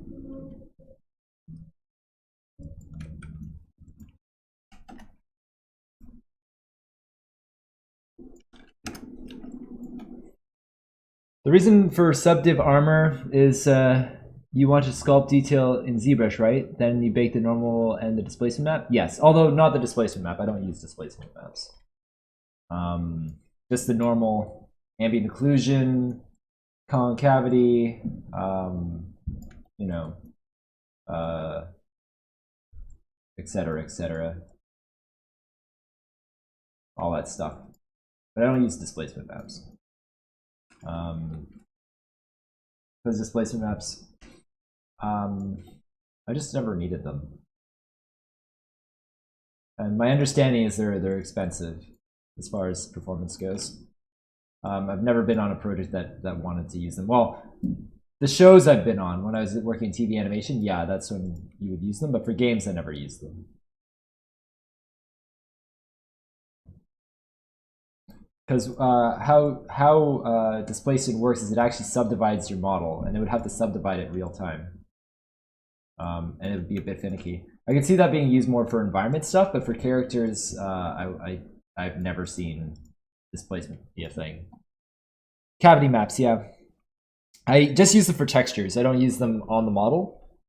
I use cavity maps just to like get a little bit of extra emphasis on the edges in the textures. But we'll talk about that stuff when we get to texturing. We're not there yet.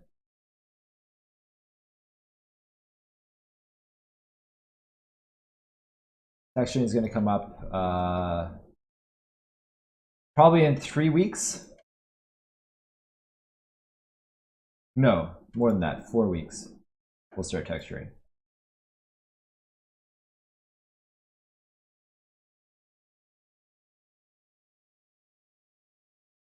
So after this week, we have 1 week of polish. Then we're going to have the low poly, and then we're going to have a UVs. And then we're going to be doing texturing. So we have a bit of a journey left ahead of us.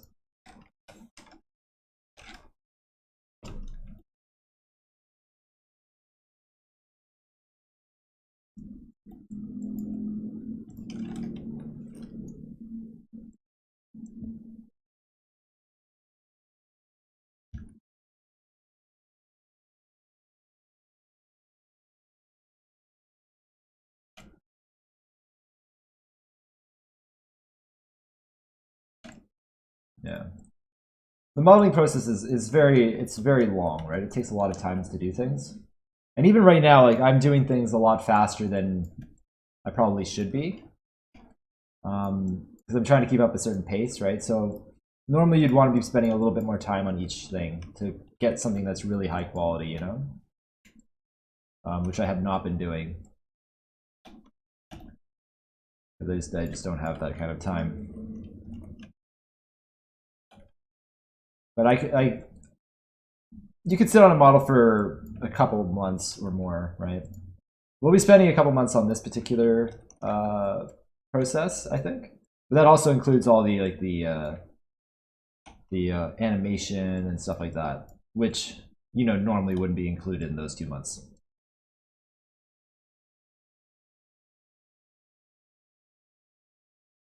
Let's just be something, just something to be aware of, right? So if things are taking you longer, don't fret about it. You're fine. This stuff just takes time, and that's just how it is. I got an end gone there.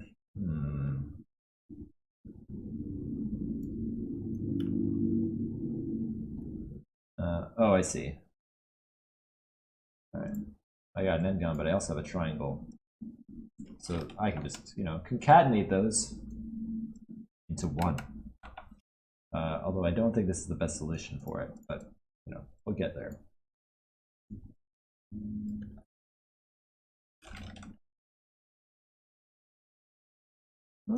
Not terrible. And gun spotted. That's right. But already we're getting a pretty reasonable mesh. You just gotta take it one step at a time.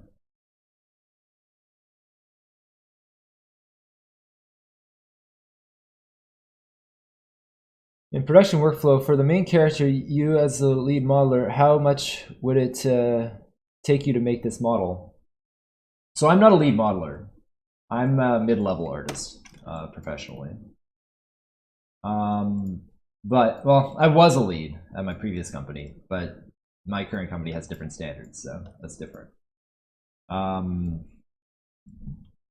But how long it would normally take really depends on where you're at. And what your limitations are, right? So, first pass on a character will normally take a couple weeks, but then you'll revisit it and you'll start doing things again and iterating it again and again and again, right?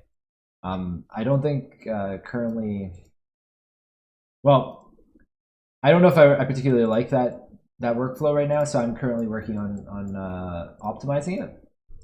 Because there's a lot of like, oh, go to the end and then go back and redo it again, as opposed to like taking your time on it. Just because like things are fast paced and things got to get done due to scheduling and stuff. But yeah, normally you could spend. I'd say I spent normally like about 2 months on a character so far.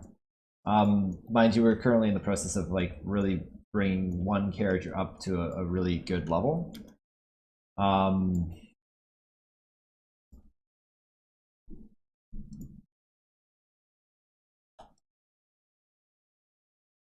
Yeah, we're trying to bring up one character to a really good level, so we're spending a little bit more time on it. How much time does a company expect you to do it? And again, my same answer is that is very much varied depending on where you're working and what the goals are. So if I was, for instance, when I was working in TV animation, I had, mind you, I wasn't texturing because in animation you have a texturing team, so you just do the model. But in that situation, we were expected to get things done within like 1.5 weeks. Get a model out.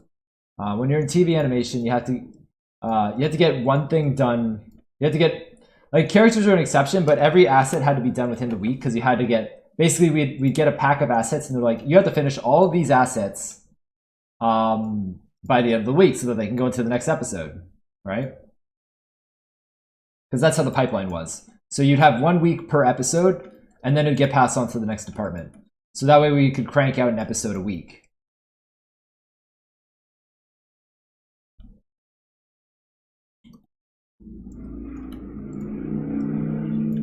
But if you're working in in a game studio where you have like or even if you're working in film or something where you have basically several years to finish a project, then you're going to spend a lot more time on it. It could be several months. With a time frame like that, there's no from scratch models, right? You're busting out a base mesh to do it. Sometimes, but not always. Like we'd have a base face mesh. And not even that. Like at the beginning we didn't have a base face mesh and they're like, oh, we actually need you to like redo all the faces so that they have a face, like the same base mesh. And that was a disaster. But I had to do that. And then you have to, and keep in mind, like you're creating these things, but you also have other things you have to work on at the same time, right? So even before I was a lead at that company, I was working on, I'd have to create like a pack of assets every week. So basically, you'd get like, okay, you have to create 10 props by the end of the week. You're like, oh, good. So it's stuff like that, right?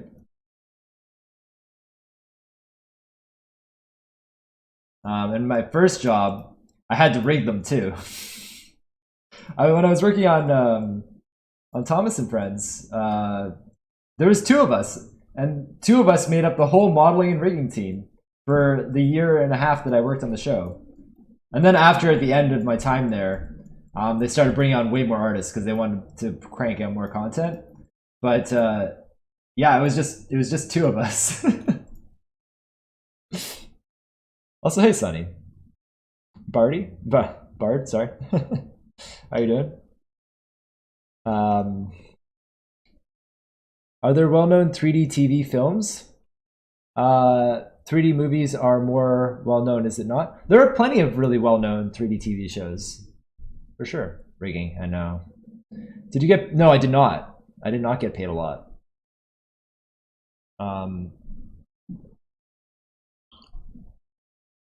So my first job, I'm gonna be completely transparent. My first job, I got $17 an hour. That was when I was doing the rigging and the modeling. That was my first job, and I was just desperate, right? So when I got my first job, I was like, "Oh shit, I got a job," right? And that's all I cared about. But I was working for $17 an hour. That's really cheap, yeah. And I think that's also why I got the job. If I'm honest, it's probably because I worked for really little. They did tell me that it was because I knew like all the tech stuff and I could model, but I think that's like all just to make me feel better. You know what I mean?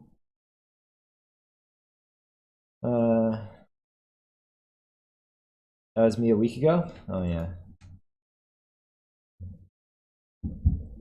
But they were specifically hiring students at the time.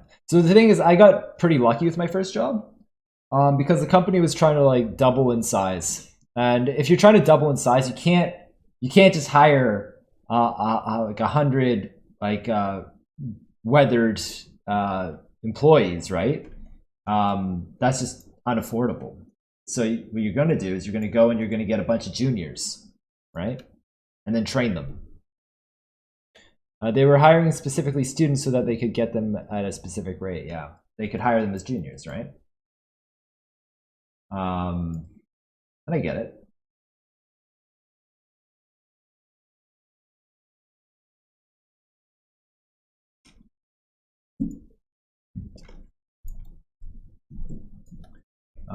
But you do want to look out for yourself, right?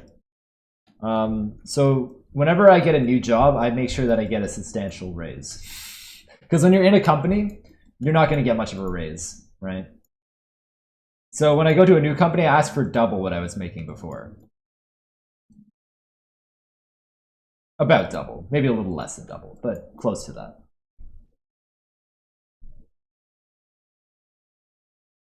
Yeah, a little like less than double, but close to double. Yeah.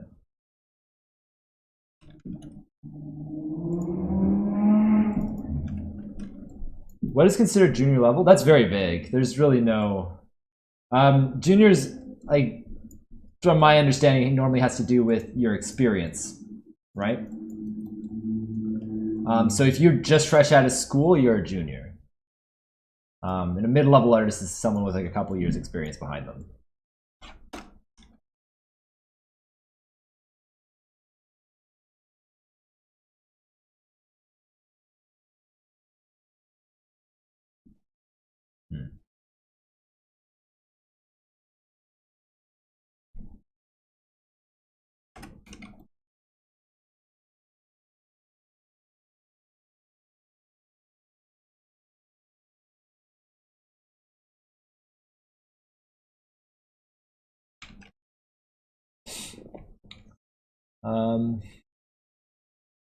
I was too sucky to be hired as a student.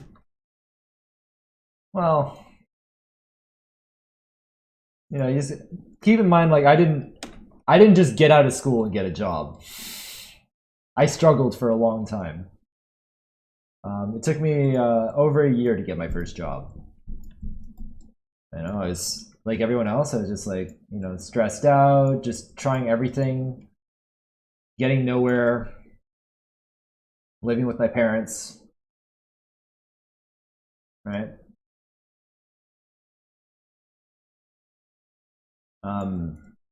You know, I'm very thankful to my parents. Actually, they did a lot for me, right? I would not have gotten where I am without them.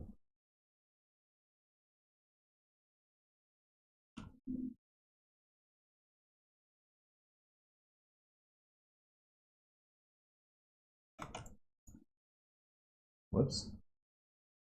Oh, that's not what I wanted.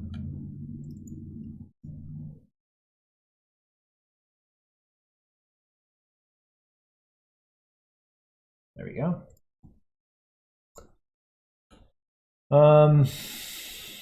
Okay. What should be minimum wage per hour? Just to have an idea. Okay, so minimum wage per hour is like how much you should be making at a minimum. Well, as a junior, making minimum wage kind of makes sense, right? You know, you're a beginner, so you're gonna make minimum wage. You know, as you move up to a mid-level artist, you're gonna want to have more. Like you're gonna want to eventually, you're gonna want to get to 6 figures eventually, right?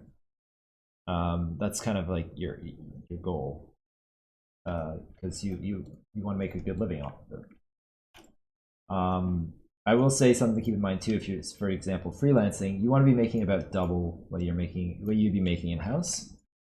The reason for that is because you got to pay for your own tools, pay for your own insurance, cover taxes, and all this other stuff, right?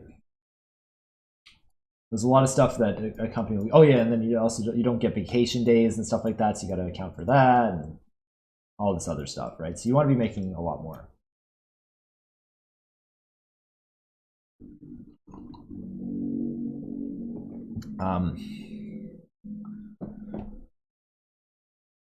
That's the nature of the industry. And promotion for us now, you want more money, you've got to jump ship, maybe circle all the way around, come back in 4 or 5 years.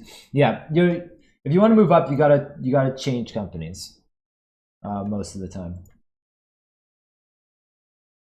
Mind you, the company I'm currently at has been very good about that. I was surprised, really. So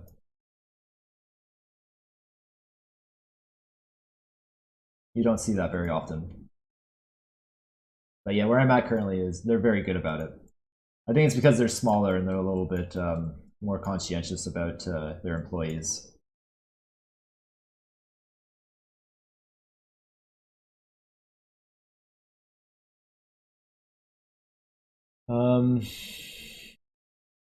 We are looking for a junior level artist with 1,000 years of experience. Yeah, right. At least 3 AAA studios? What do you mean? Oh, junior level, you must have worked at... No, no, not at all. Achilles is now following. Thank you for following.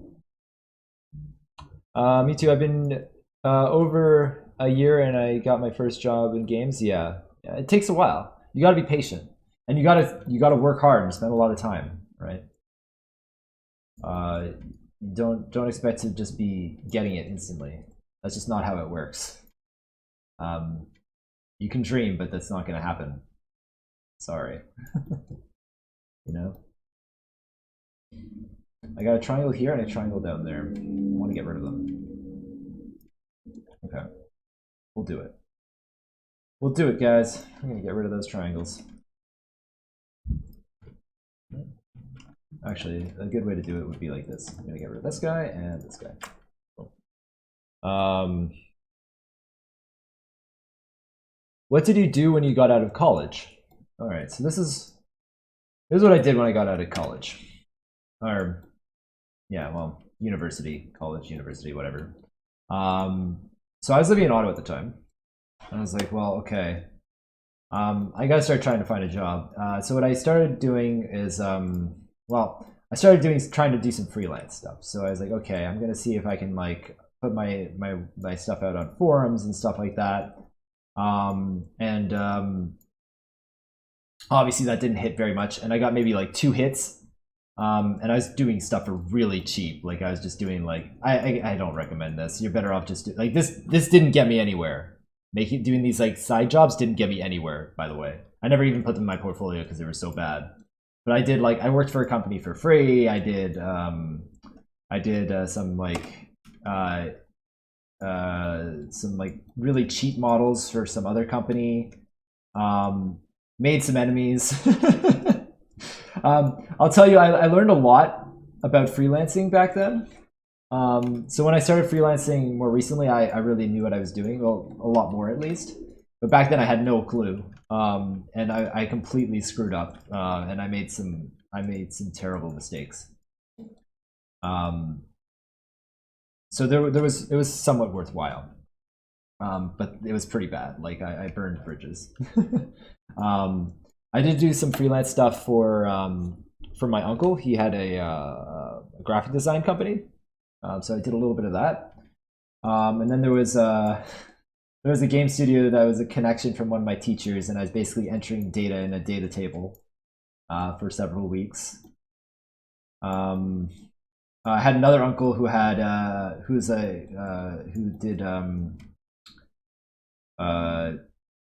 does like braces for arms, like deformities and stuff like that. He's also a teacher, so I helped him make some anatomical textbooks that covered a lot of different types of deformities and like how different muscles and stuff work, which is actually pretty beneficial for me. Like I did a lot of cross section diagrams and stuff like that, and created like a textbook. So I did a lot of like little stuff like that just to like kind of keep busy. But obviously none of that was what was going to get me the job. After completing that, or not after completing that, while doing that, I was making my own games.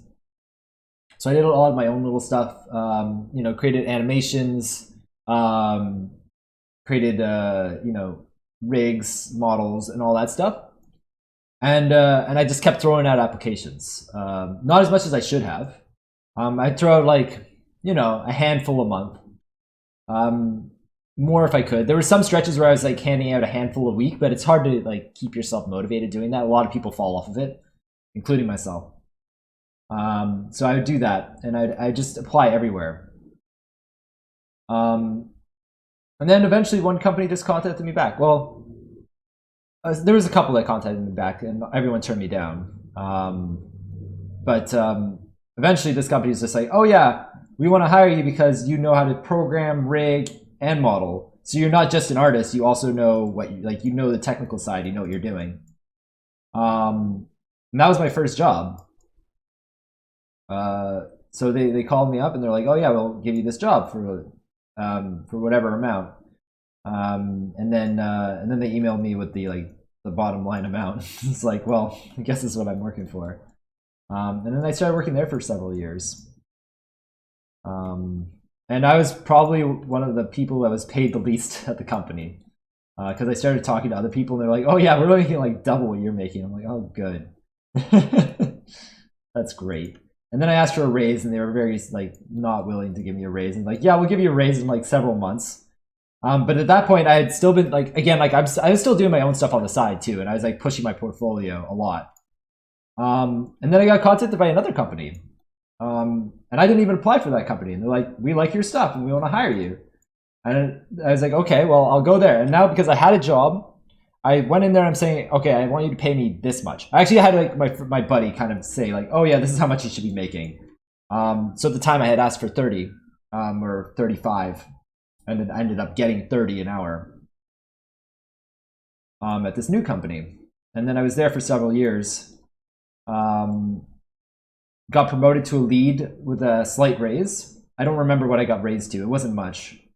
I think I went up to like 35 or something. And then after that, I decided to leave and become a freelancer because I wanted to be in games. I was tired of TV animation. And then I got hired by this company.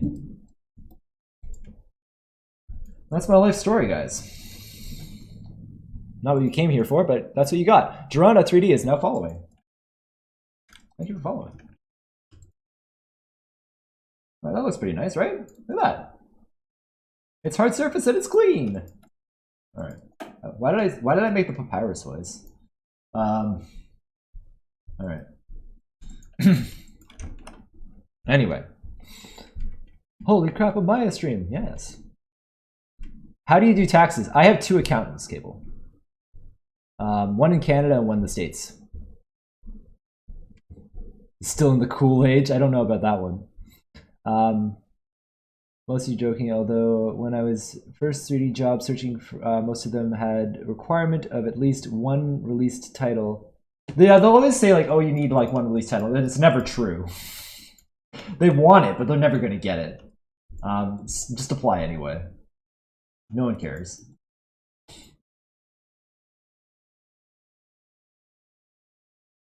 It seems easier way to get experience is recommended to get on at indie studios or at a mobile studio. Not necessarily. Like you can get started anywhere. Just apply everywhere. I'm asking about the salary. I got a freelancer job as a 3D animator, but as I'm not used to, I'm not from the USA. I don't know how much to calculate in dollars, but I'm pretty sure that they are paying me bare minimum. Oh, okay, yeah, minimum wage is like $15 or so, right? So like about what I was making at my first job is pretty much minimum wage.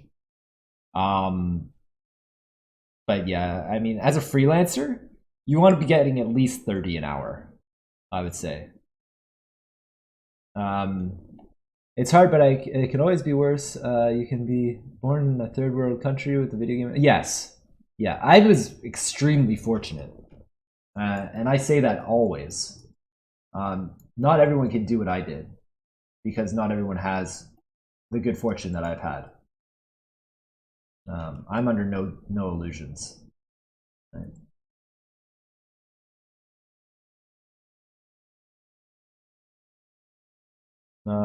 The route I took, abysmal pay, wearing many hats, second current job is now what I want to specialize in for decent pay. Yeah. You burned bridges and made enemies. Yep. When you apply for jobs, does distance matter? Sometimes. Because it honestly, yeah, it does matter, because like you have to be good enough that they're willing to pay to bring you there, right? So they're not gonna fly a junior over to work at their company, right?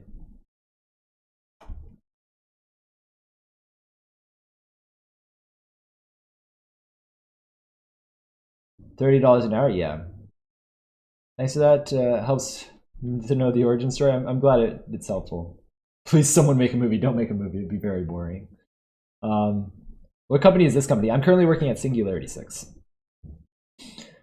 My life story is I talked to a lady, now I'm stuck in her head. Wait, what?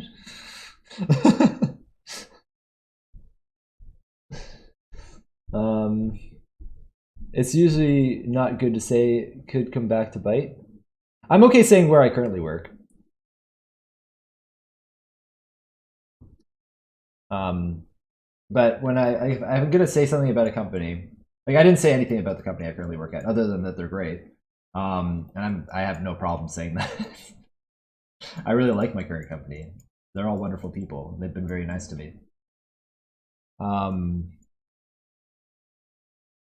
Hearing your work history is pretty inspiring, because I'm still very much barely in the door of the game industry. It takes a while, but where you're at, you'll move on just fine. Once you've got started, you're pretty good to go. Depends on the contract. Oh yeah. Yeah, oh yeah. I wouldn't talk about anything that I'm working on at the company, but I'll say where I'm at.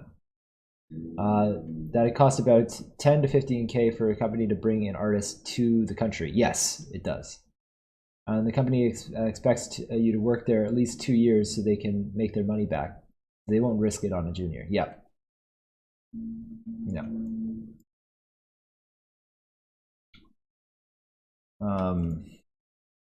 Yeah. Okay. Let's make some belts, guys. Okay, so for belts, I'm gonna just make one belt. Also, I don't need this there right now. No. But yeah, so for belts, what I'm going to do is I'm going to bring in the original mesh because this one's a little bit messy.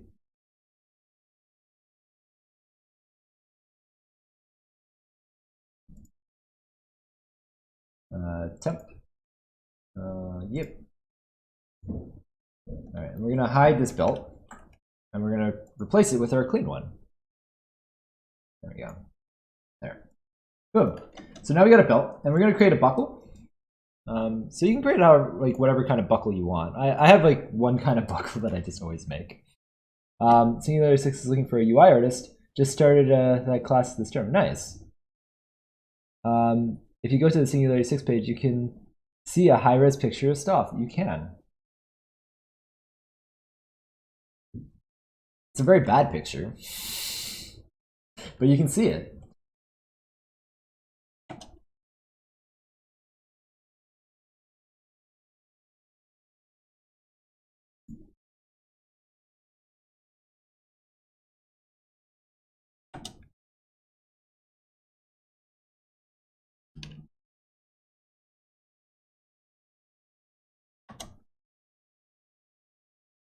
Ironically, anyone watching the VOD is probably going to get lessons from this that they didn't want to have.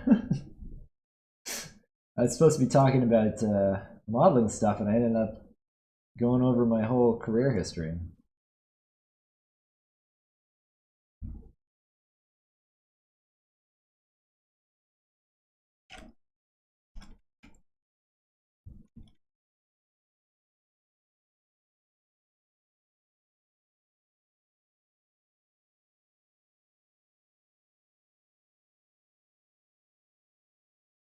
Okay. I'm going to create a very simple buckle. Maybe, I don't know. I'm kind of just designing it as I go here. Because I didn't, in my concept, obviously, there isn't really much design in the buckles, right? They're just kind of like squares. And you can kind of see they're very simple, right? But we'll make them regardless. I'm trying to think of like what kind of buckle I want, but I think it's going to be a one-sided thing. Yeah. Oh, I also realized that one of these buckles is a circle.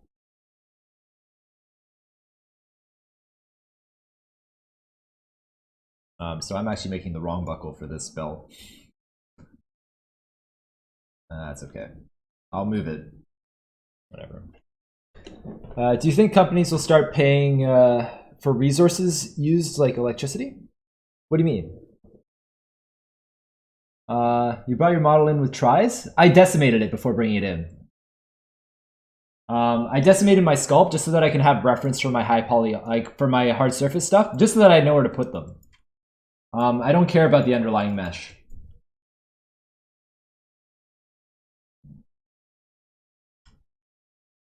If you mean working from home, Scat, no. I do not think that they will. But you can write it off.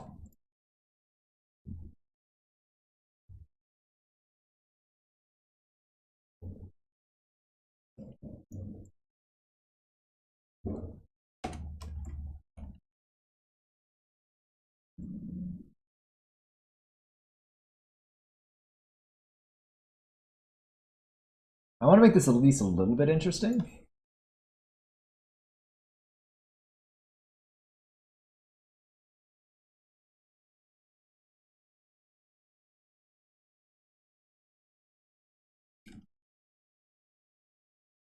Decimation is better than Dynamesh, right? Because Dynamesh is violent?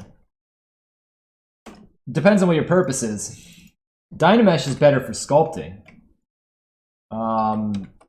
Whereas Decimation is better for baking and for, you know, exporting a reference mesh. Because, yes, they have different purposes, right? So Decimation, it tries to retain the shape as best it can while reducing polygons. Whereas Dynamesh tries to create an evenly spaced mesh across the whole surface.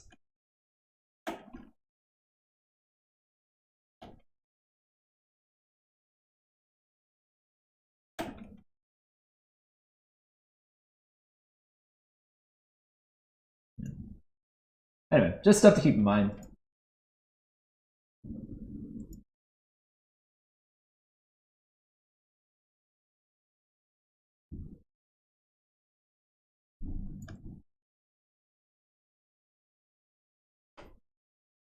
You can write off electricity? Yeah, you can.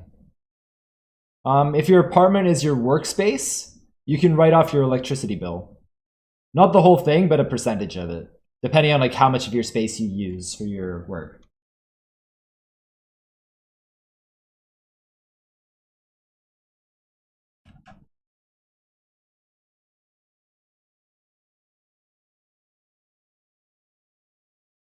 That's why it's good to have an accountant, because I wouldn't have known that.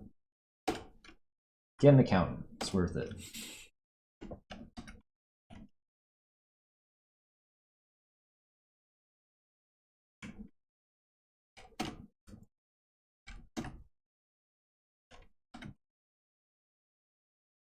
Okay. So I want this guy to be like rounded off at the end. The kind of buckle that I want to have is like just have like a clip in the middle and then the pin that goes across, you know? But yeah, I'm just trying to like create some interesting shapes. Kind of get that kind of like angled, sharp shape language that I have going on here, right? So like a lot of like diagonals going on. You know, just trying to keep consistent. Layers, right? Layers in the metals. That's kind of what I'm going for here. You know what I'm saying, friends? You know what I'm saying? Now I'm just wondering if I want to like just bridge this across like this, or if I want to have an inset. I'm kind of on the fence about it. An inset probably makes more sense. I will admit. I will admit that that probably is the right choice, is doing this, right? And then insetting it a little bit. But I'm not sure, guys.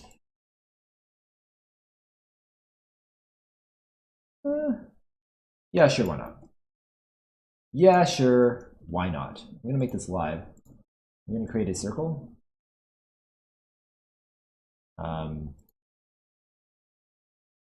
There. I'm very anal about having things clean, so you'll notice that I'm doing things that might not be worth your time. But I just want to get like this. I want this to be a perfect circle, even though no one's gonna see it.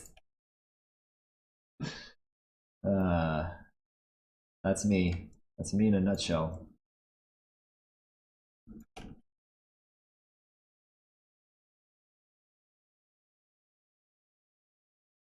But stuff, why would he do that? Because, I don't know. Why not? Because I like pain, guys. Because I like pain. Alright? Happy with your answer? I hope so.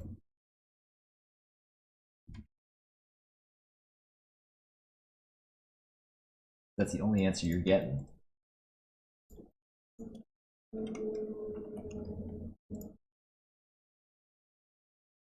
Enjoy.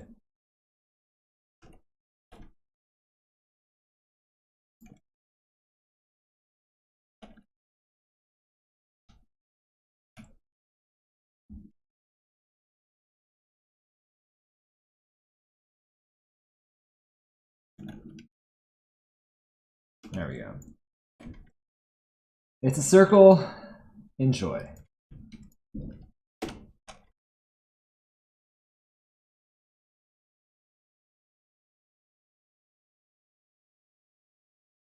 I'm aware of how you get tries looking at UVing and rigging my current ZBrush sculpt. So tries are evil? No, tries are fine. You just got to use them correctly. How much is the accountant per month? I'm not sure how much they are per month. I just pay them a sum per year, and it's different for every accountant. But mine's about 200 a year or something like that. It's not huge.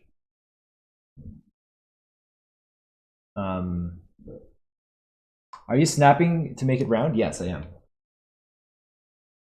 Telling you about the birds and the bees. Oh, there you go. But yeah, get an accountant. If you want to be a freelancer, get an accountant. If you want to work from home.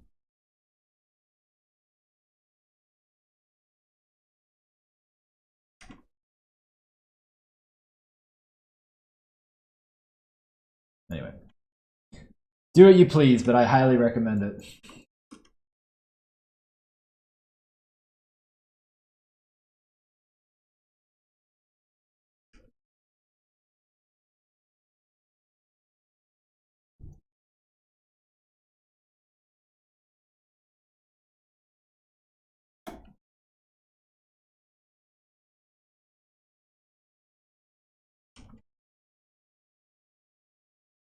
There we go.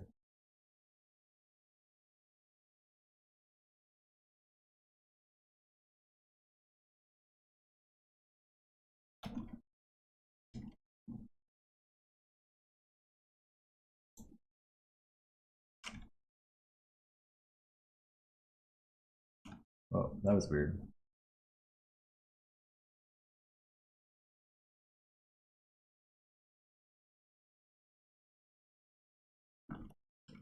Look at that. We got a buckle, guys. Look at our fancy buckle. Oops. Didn't see that. You didn't see that error message.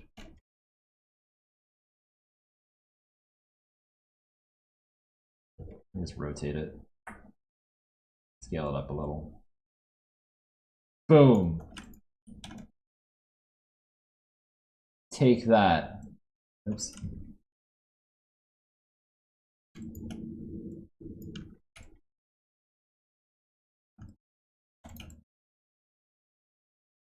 I think that could be thicker, actually. Add some thickness.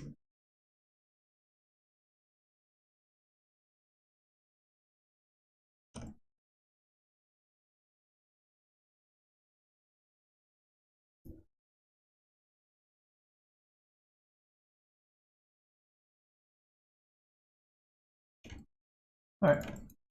And let's see.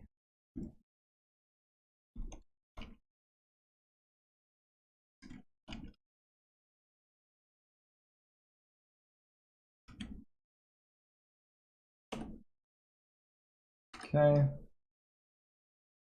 Stretch those out. Not that much. Yeah. Ooh. Still soft. We'll want to fix that a little bit. Yeah. There we go. Let's see. That's kind of nice. I do want this edge to be a little bit sharper, though. We'll bevel it. We're going to use the good bevel. The good bevel. There we go.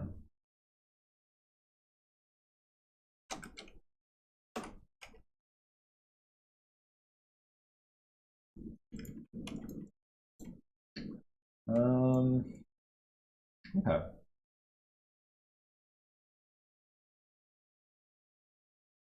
It's fancier than my buckle. I don't know about that. I doubt it. Your buckles are probably super fancy. And then get down with the thickness. That's right. Welcome in, Cage. Hello, gamers.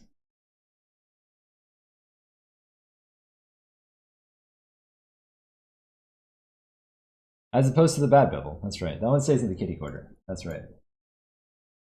Any advice for doing hard to kind of plastic surfaces in ZBrush? I saw that window? What window?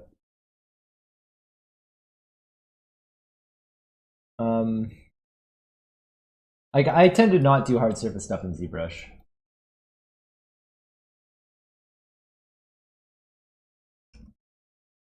How's workshop? Going all right. We got a little bit off topic for a while, but going all right. I think. I hope folks are learning. Man, that just sounds pretentious. I feel pretentious doing this. I'll be honest with you guys. I have no business teaching you guys things.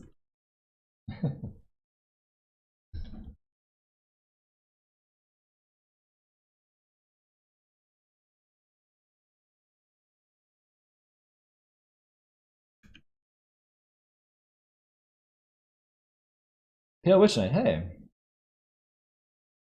I'm allowed to be proud? I don't know about that. But there we go. Buckle. Buckle up, guys. See what I did there? I did a funny. Why aren't you laughing?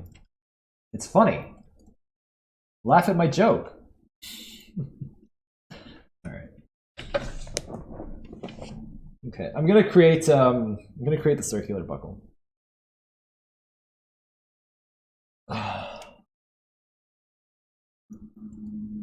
Force, that's right. Would you rather learn from you? Would rather learn from you than a lot of other sources. Well, I'm glad. I love the joke. Can I get the number 5?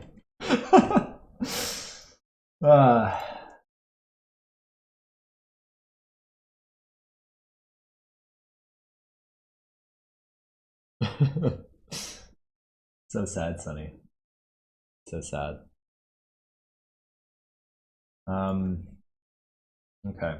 So I know that when I started this here, I did mention that I was, you know, making the wrong buckle. She's got two buckles. She's got a circular one and the square one on the bottom. And that's actually very important to this character because the whole idea is that she kind of like mix matches things, right? She just like takes what she's got lying around. So I think it's important that the buckles have, you know, that there are different buckles. So I'm going to actually take this one and I'm going to put it here. And we're going to make another buckle for the one that we're currently working on, which is going to be like a circular shaped buckle. So we're going to make two buckles. Two for the price of one, guys. Not just one, but two buckles.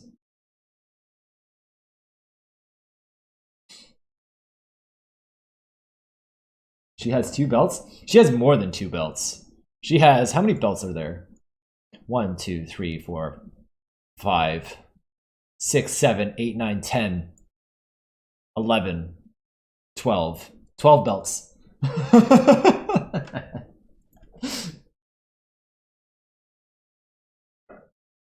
All the belts. No, she's just got 12 belts, not 45. But she does have 12 belts, and that's a lot of belts.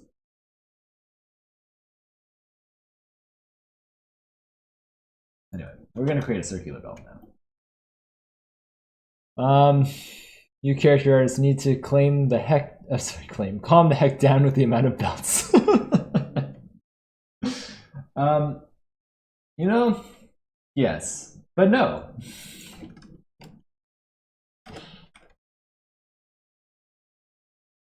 I'm a big advocate for you gotta have fun.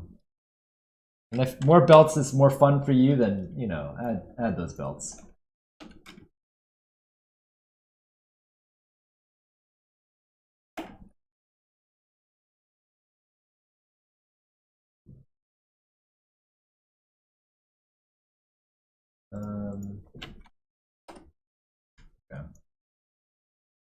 Yeah, it's pretty good. Thickness of belt.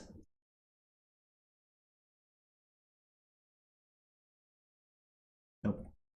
0.55 maybe. Yeah, let's do that. And then we're gonna do a 2.55 radius. I like to have relatively clean numbers. It's easier to deal with. Why does she have 12 belts? Because I wanted her to have 12 belts. Why not? Especially around the waist. That's right. Weight paint. Oh yeah, I'm gonna hate myself when I'm weight painting. So there's, as like in a professional sense, things to think about. This stuff, brutal. This is gonna be a pain in the ass. This, having the cloak go over the shoulder, brutal. This is also brutal. But you know, it's fine. Whatever. Having a little bit of fun, you know?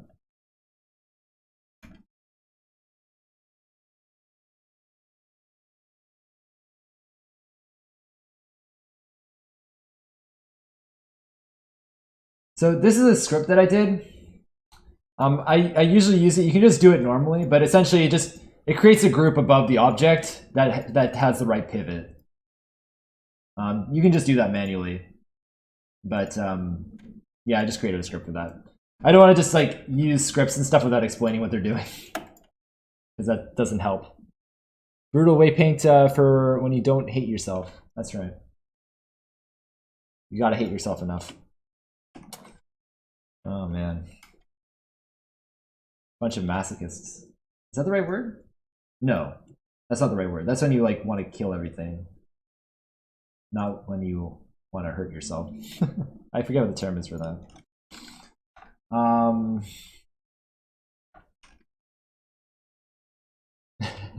Don't do that, Cage. Don't take notes on that. That's not a good note.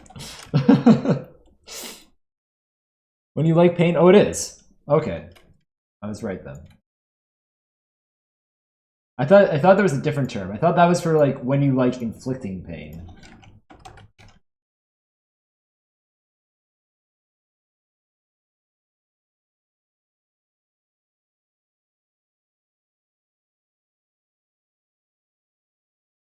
It said 69. What are you laughing?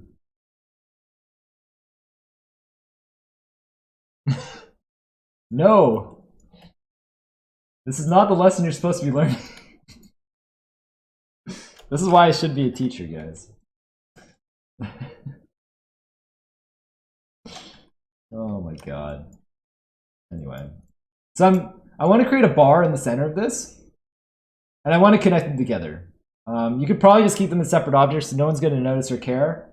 But I'm going to put them together because I want to. Also, it's a good lesson.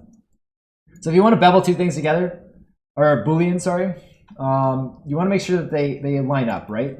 So I know that it's going to go into these 4 polygons, and I know that the outer edges are 8. 1, 2, 3, 4, 5, 6, 7, 8, which means that I want to give this thing 8 sides in order for it to Boolean well. So if you're Boolean things together, it's good to keep in mind like what is going into what and how many edges you're going to need. Because it's easier to add that stuff before you Boolean them, because after you Boolean them, you're going to have a mess. So you want to be aware of that, right? Be prepared. Anyway, let's Boolean this stuff. So we go mesh, Booleans, union. Boom. And now this is union together. If we hit 3, we'll see that everything's together. And a quick, easy way to get this to match up is so we're going to triangulate this. Mesh, triangulate. But we don't want to have triangles in this case, right? Just because it's not going to smooth well. So what we do is we just delete the extra edges we don't need. Right. But now it's all bridged together. And there it is. We've cleaned it up. Very easy, right?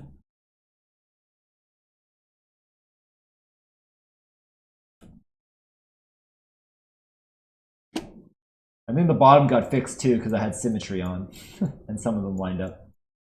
But now if we smooth, we got some extra edges in there. I like to smooth things out to kind of check if there's any mess going on. And clearly we got a couple things that are messed up, including these guys.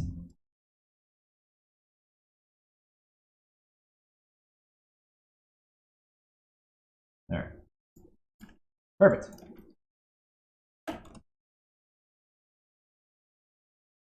Boolean stuff, aka BS. Yeah, exactly. You got it. You got the message. There you go. You did it. That's all art is, guys. It's a bunch of BS.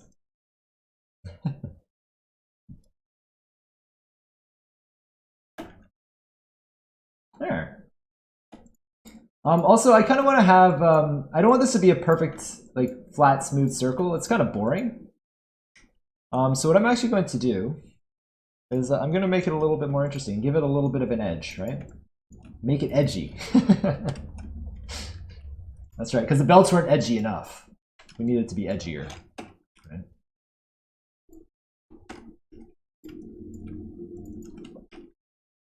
There you go. Oh, hold on. Yeah. I did not make a mistake, guys. I don't know what you're talking about. I need to make sure that symmetry is off. You notice I'm selecting an extra edge here. That's just to kind of reset the center point. Because when I change my selection, it resets to the middle. There we go. And there. That's a little bit more interesting, right? It's got a nice little lip to it. That's pretty cool. I'm also going to save myself a little bit of time by reusing this cube. And by cube, I mean buckle pin. That's the wrong object. The cylinder. There we go. Boom. I'm going to scale that guy down. Okay. There. Then we're just going to rotate that. Then we're going to just group all this stuff together, put it under this. Zero it out so it goes back to where it was supposed to be. Frame it. There we go. Look at that. It's as easy as that. Oops. Don't delete it though. That's not the ideal way to go. Should save. I should save. I should save often. There we go. Cool. We did it. We got another buckle, just like that. This one's a lot easier than the square one. I'm gonna scale it a little bit up more and reduce the size of the pin. I want it to be a little bit clunkier, bulkier, but I do want to make sure that I do not overdo the length of it. There we go. Oh, perfect.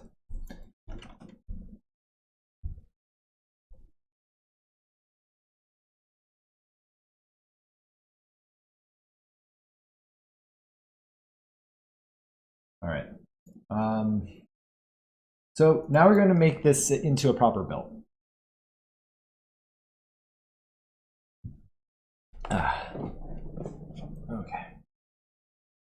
And I think I put the pin backwards, but we'll look at that in a second. It's easy to fix. So what I'm going to do is I'm actually going to delete the interior of this. We'll recreate that later. You can get as detailed as you want with this, but I usually overdo it.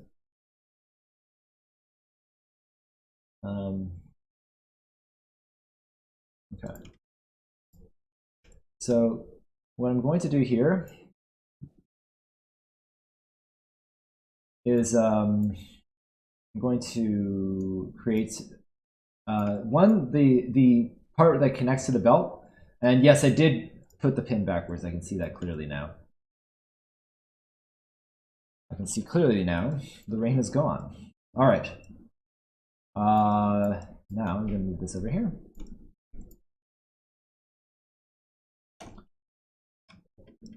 I find this often comes up in concept art. Like the buckles or the pins will always be the wrong direction because you just don't normally think of it, right?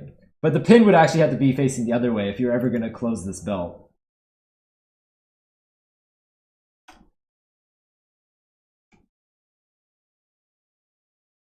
Am I right? Yeah. I think I'm right. Yes. Yes. Yeah. I always make that mistake too. I'll put the pin the wrong way.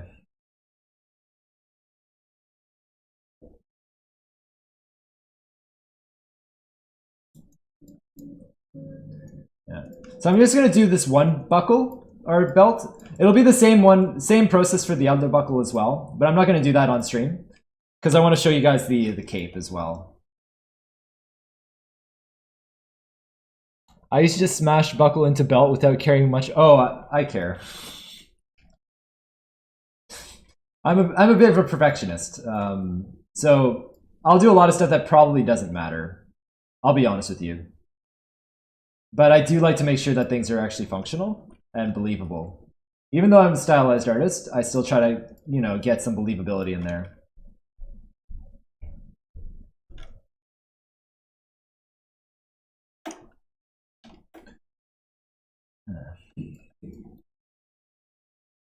I care now because people started noticing the error. Oh yeah.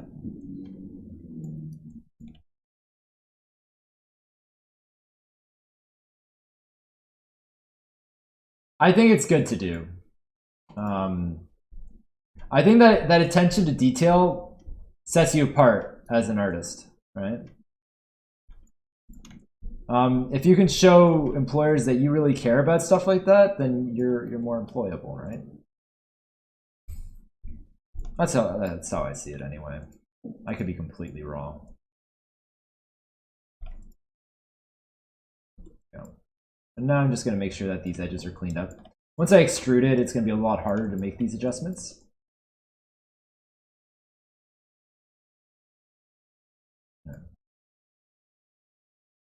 Okay.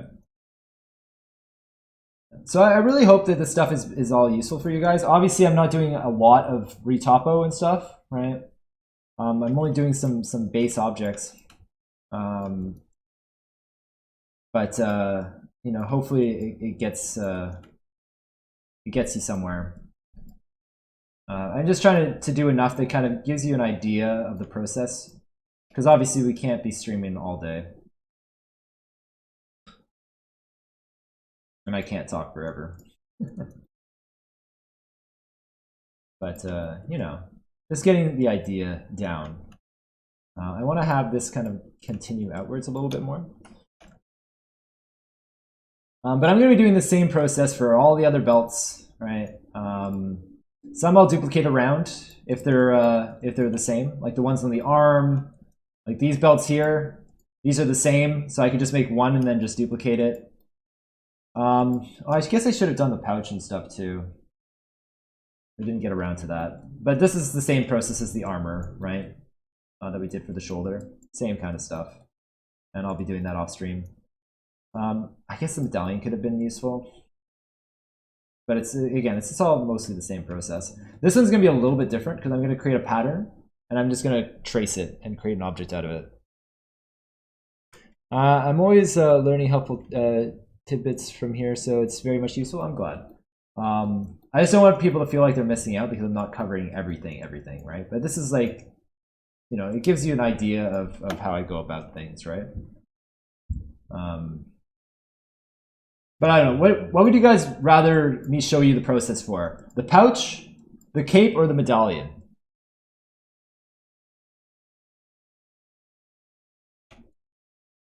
Because I'll show one more, and I think that's about all we have time for. Cape? Okay. Cape.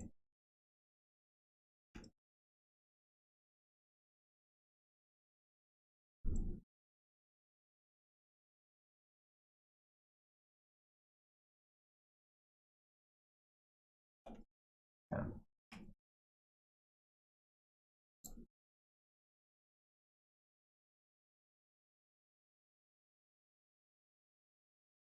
All right, I'm going to add one more edge in here. Because I want this to be able to, you know, wrap around the buckle a little bit. This guy is supposed to go underneath, right?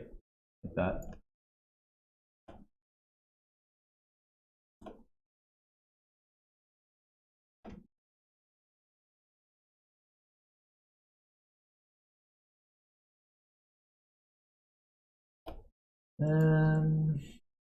Yeah.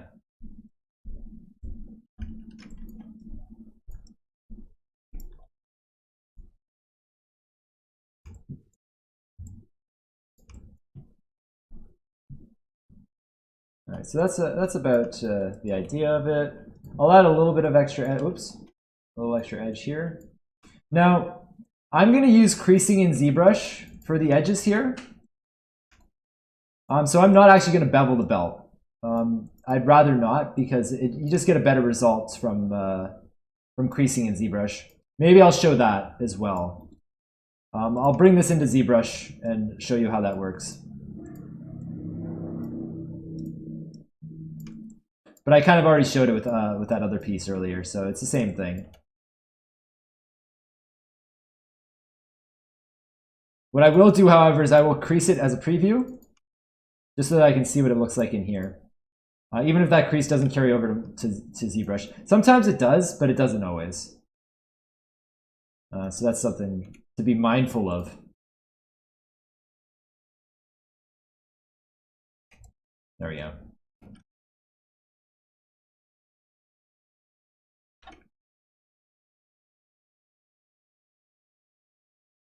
I creased an edge that I didn't want to crease, I think. Yeah. Okay. Now we'll pull that out.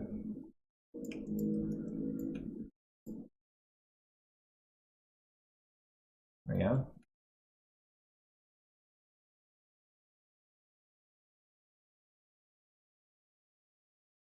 Make sure that that edge is creased.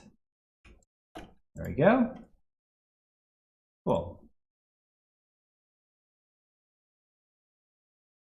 Good chat. Everyone agrees. Everyone wants capes. Beanie, welcome in. It's been oh, you've been lurking. Been really excited about these workshop videos, and it's awesome that you put them together. Oh, thank you very much. I'm glad you're enjoying them. It's been fun. I've never tried to formally teach my process. So it's a bit of a new experience. And it's been fun.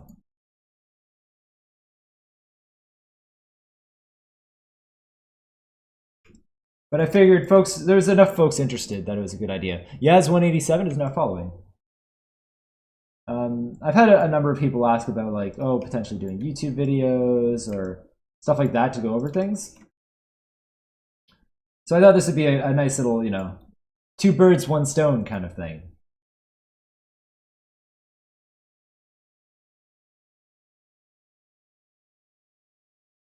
Watching this almost makes me ready to bang my head against the Marvelous Designer wall again. Good, good. Hashtag inspiring, I'm glad. Okay, so one other thing I want to do here is I want to have a little loop that this goes through. So I'm going to just duplicate this. I'm going to take just one of these guys, delete the rest, and then just extrude this out. There we go.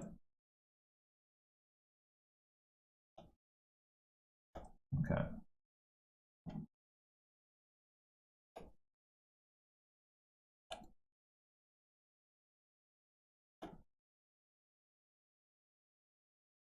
And obviously this is too thick, too wide, I guess. We're just gonna yank that inward.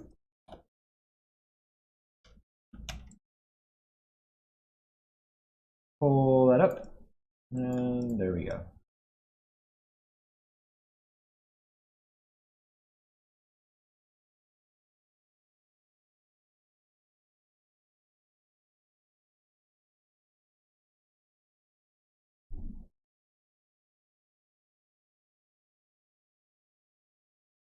Did I hear wide?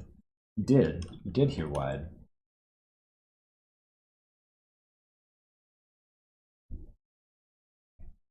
Oh, yeah. Cool. And that's a belt. That's a belt. All right, let's make a cape now, guys. Let's make a cape.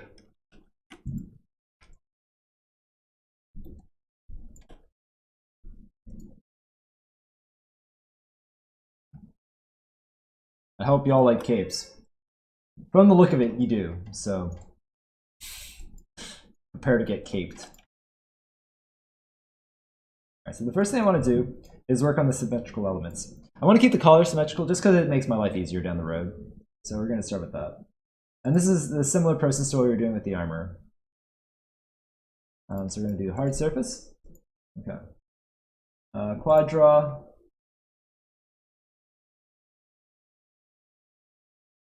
We're just gonna, you know, get those shapes in. I'm gonna get my reference images up. I was looking at like Assassin's Creed capes and some Final Fantasy capes. One thing I always, whenever I think cape, I really remember. I always remember Assassin's Creed because Ezio had this cape that he would fold over his arm when you were walking, like he'd fold it back over his shoulder, and that just always blew my mind because I knew that would have been just a huge pain in the ass to make work. I couldn't believe that they went through the trouble of doing it.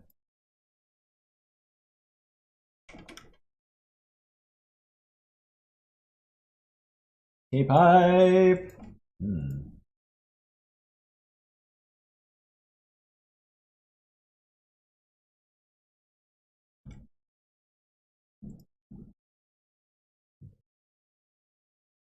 All right.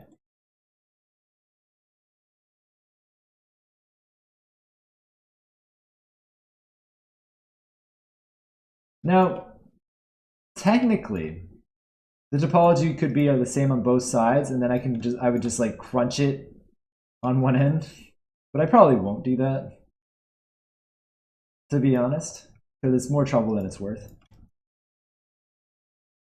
I'll probably just make them unique on both sides.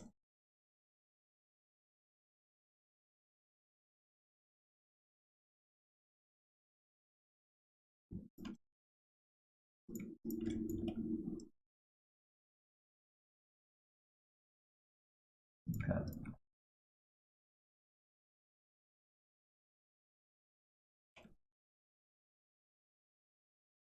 I think this could use another loop.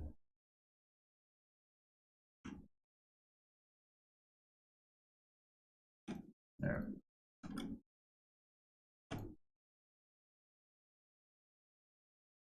Cool. Maybe this could use one more loop as well. Hold on. This is gonna be a little bit weird. I'm just trying to like get the polygons high enough to snap to the surface. Because there doesn't seem to be a slide edge tool that I know of, at least. Anyway. Cool. Now it's not going to look like too much here. I'm basically getting the bare minimum, enough to sculpt on. And then we'll be doing a little bit of excess in ZBrush, probably next week. I mean, I could start sculpting the cape today. That might be fun, but we'd be getting a little bit ahead of ourselves.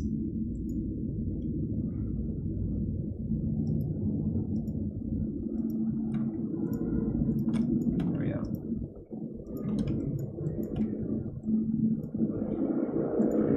Could use another loop. More like could require iteration of an edge loop through polygon ring. That's right.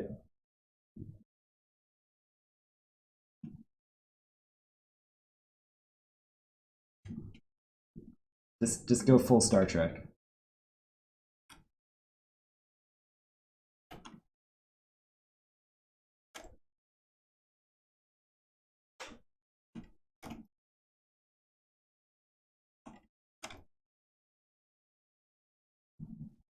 Okay.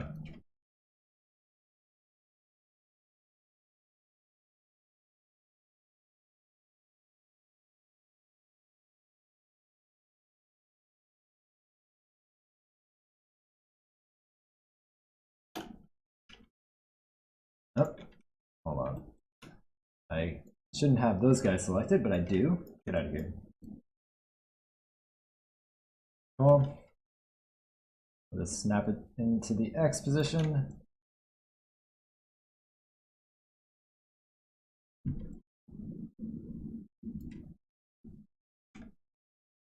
All right. Probably make it so that it doesn't have such a big old dip down the middle. Oh man, I really don't like it when it starts going off to the side like that. I don't have to get it perfect, I just want to get it pretty close as far as centered goes.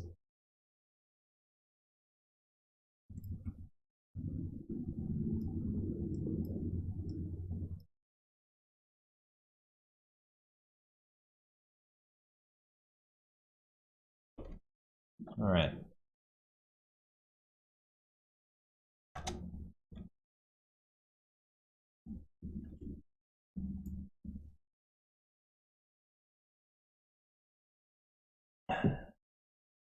Okay, so this is when things get a little bit... I definitely shouldn't have created this extra set of polygons, but that's okay.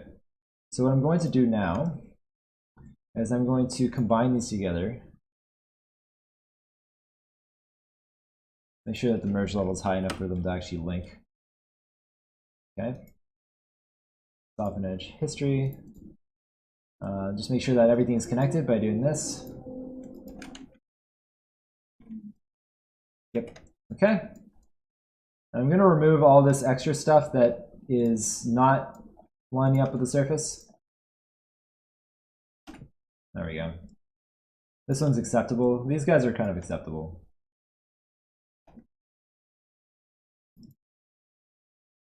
There. Okay. Now that I got the basic stuff down, we can move on to doing the rest of the asymmetrical stuff.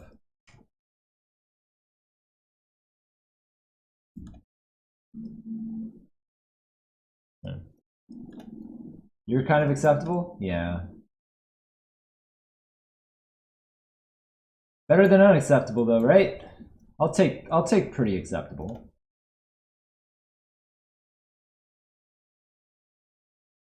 I mean, that's pretty acceptable.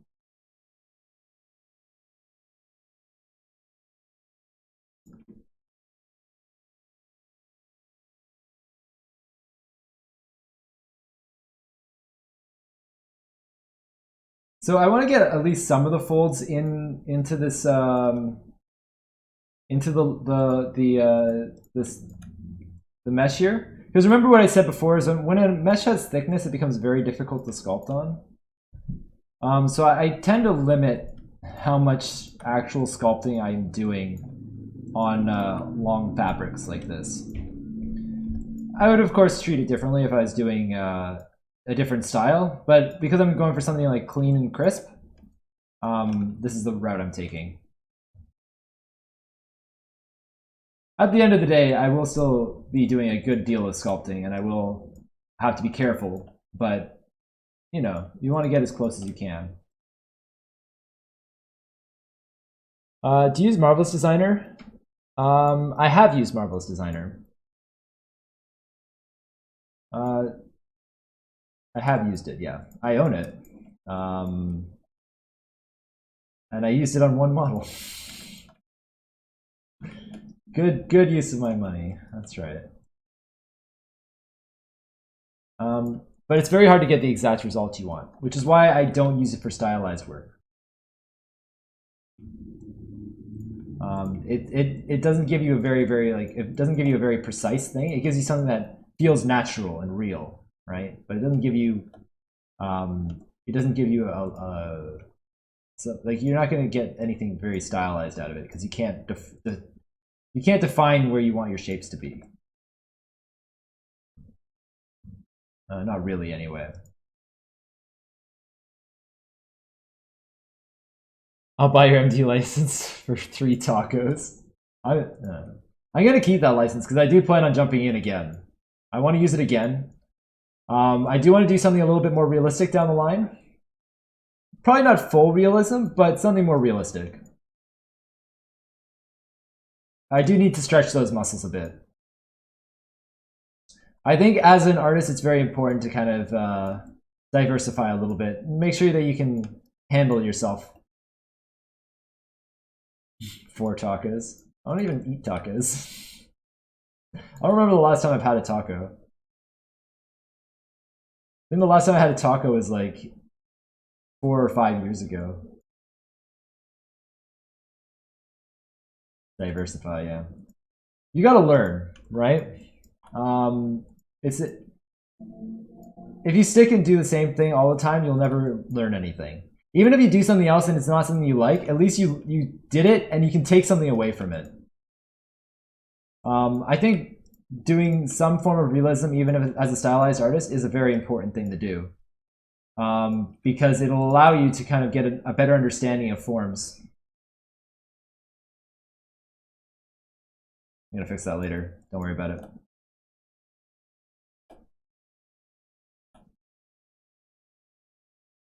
So another thing that's very important here is, see, I've kind of alluded to having a little bit of overlap. Now, I want to have that overlap built in. That's a little bit of, I will admit that's a little bit of a controversial idea, or not controversial, but it's something you have to think about when you do stuff like that, because it'll never be able to unfold. Like, no matter what kind of rigging you do, if you rig it in this position, fighting, like, there's no way you could get the rig to like get it perfectly straight, and you wouldn't want to try.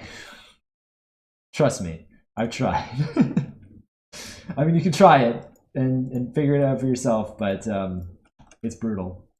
It's always going to have like a little bit of indents and stuff like that.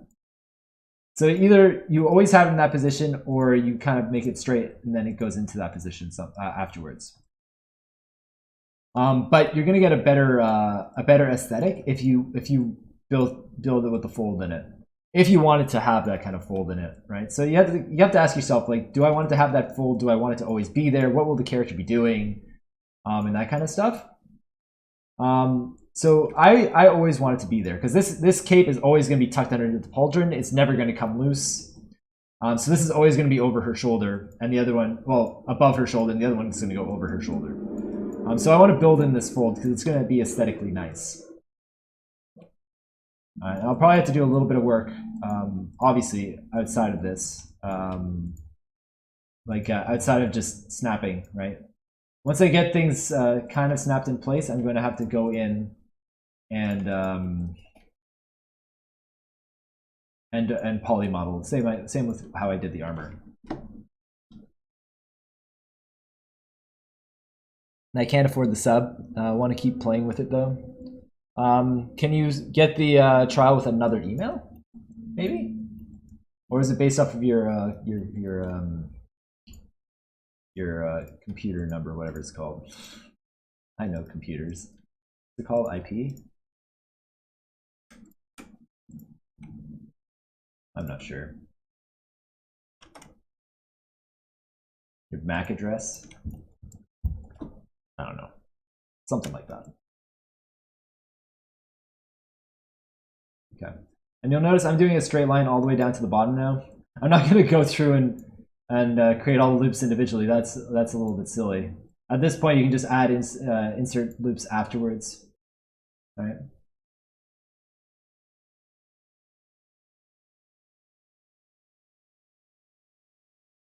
And this will also make sure that you get some nice even spacing in your polygons. Okay. But I think I'm about at the point where I think I can just drop the high poly, or the rough sculpt, and just carry on with regular modeling. All right. Okay. I'm gonna hide that. Actually, I want to group these together and then hide this. Okay.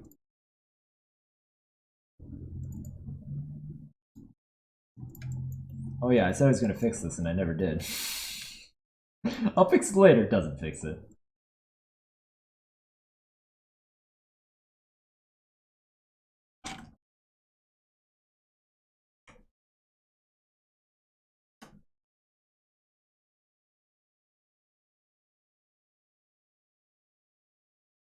Yeah.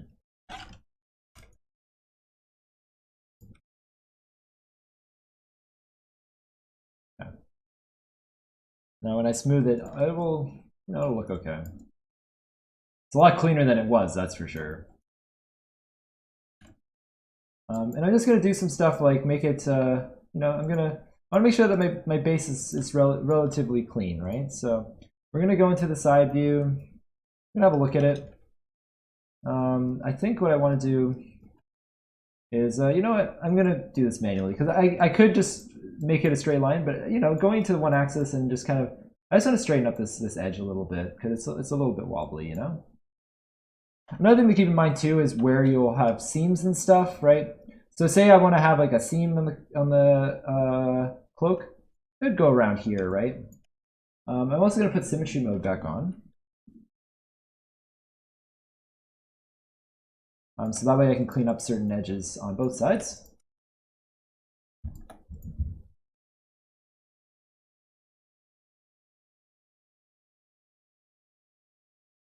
So one thing that I wanted that I didn't get into the sculpt was having a little bit of a divot here, where the cloak will actually kind of fold inwards. So what I'm going to do here is I'm going to just add a cut like this, and then I'm going to take this guy and I'm going to make sure that my pivot is centered because I have symmetry on. I have to recenter my pivot. Just pull it out, expand it, yank it up a little. You get like a nice little divot, just like that. I'm going to pull this up. I will say that obviously they're not the same on both sides, but that's okay. At the bottom here, it'd be more ideal if it were, but okay. It might actually get to that point because I'm going to have to fold this under, so it's going to get a couple extra loops in there. You know what? Let's do that now. Because what I want to do is I want to have this cape fold underneath, right? So it's something like this. Just have a nice overlapping layer.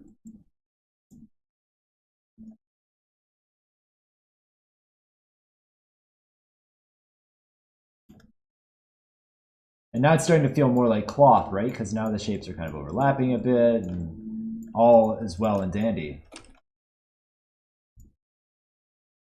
Okay.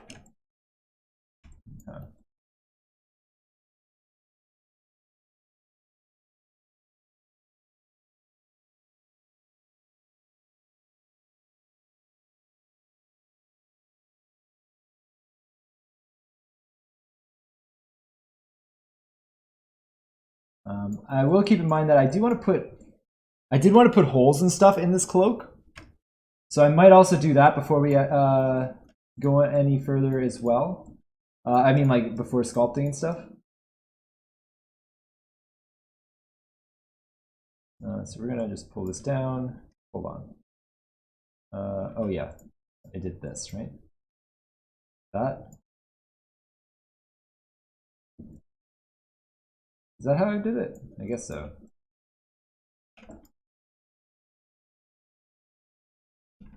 Cool. Now it's a little bit more symmetrical. I will do this though.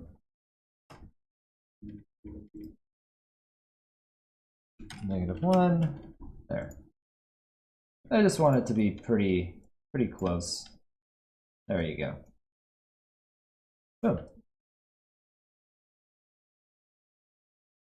I could try that. I was gonna start selling adult services to afford it. I like your idea better. There you go.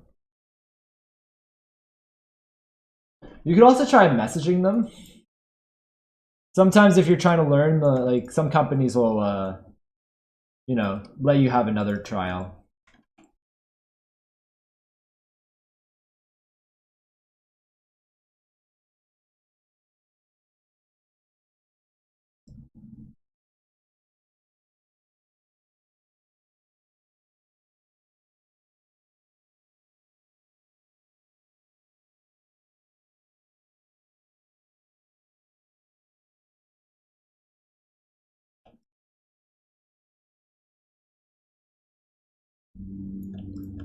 Yeah, and I'm just making sure that the shapes are a little bit cleaner, right?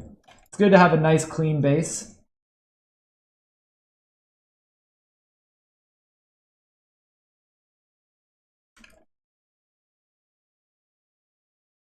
All right.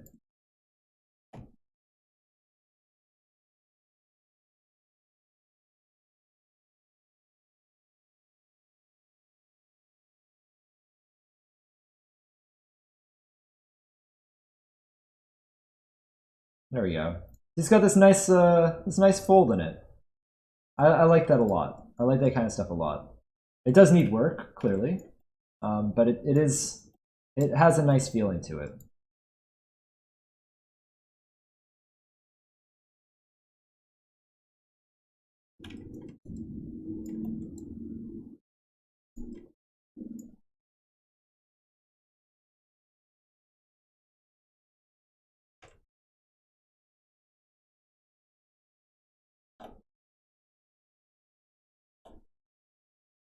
Whoa. Akilith, thank you very much for the sub. I appreciate that. That's very kind of you. Have my beer money? Oh man, alright. I'm having a beer this afternoon, that's for sure.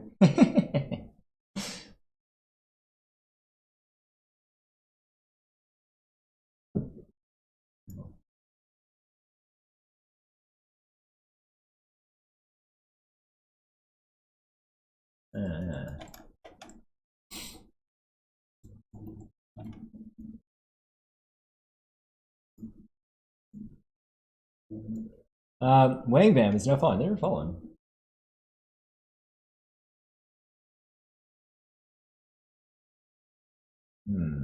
Do I add another loop? I kind of want to add another loop.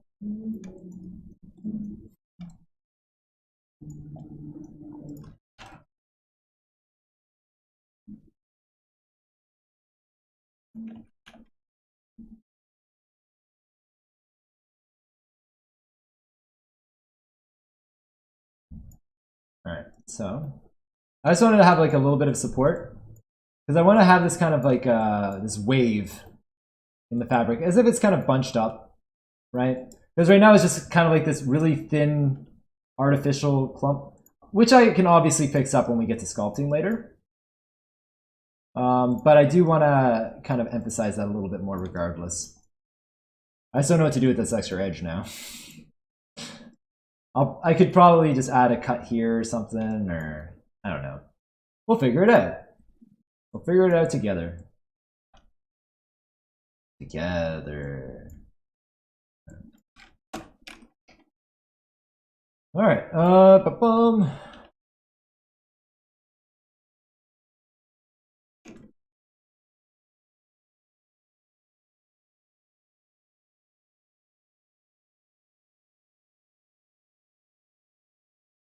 What do I want to do? I want to keep this upper part symmetrical, so I don't want to mess with that. Because it'll make my life harder. And no one wants to make their lives harder. That's just silly.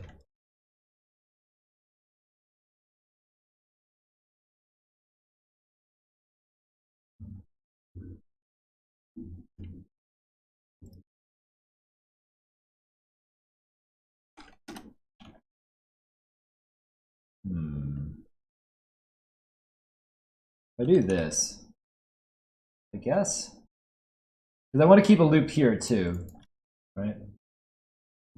So I want to make sure that that stays. I could add an extra loop, which is probably what I'm going to end up doing.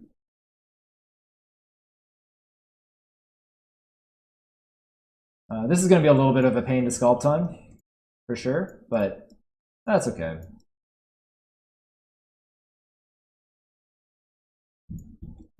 Maybe I could adjust it a little bit.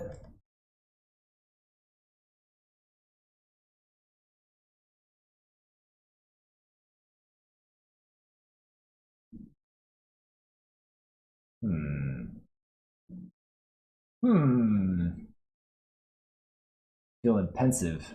All right. I'll just delete it. Let's do it. Let's do it. Let's make it asymmetrical. I don't care. I did want that one edge to be symmetrical, but is it worth it? Probably not. Probably not worth it. I could maybe add one extra edge here. That might make my life worse, but hey. Let's try it. Get it pretty close. Yeah. Alrighty. All right, okay.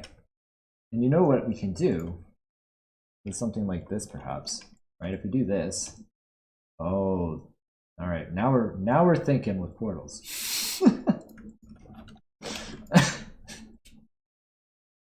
A terrible meme. Okay, so now what I'm gonna do is I can get rid of excess stuff like this. Come on. Uh-oh. Maya's crying now. Oh heck. I might have to restart Maya. It's doing that thing where it just doesn't update when you do things until you move the camera. Which is bad. Maybe if I come back to Maya. Hold on. Okay, that worked. Alright, awesome. Good stuff. Don't do it, we love you. Yeah.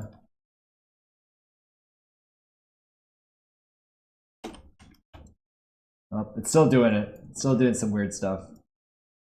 It's doing it again. Okay. Well, that's okay. That's okay. We'll just be careful. If Maya crashes, well, you know. We'll know why. But it's yeah, it's starting to crumble.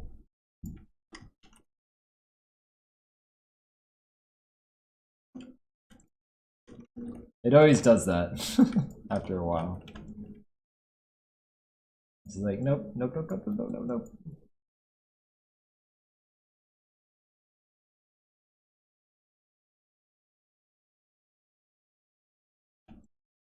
I wish I could do something about this poll. This poll is not doing it for me.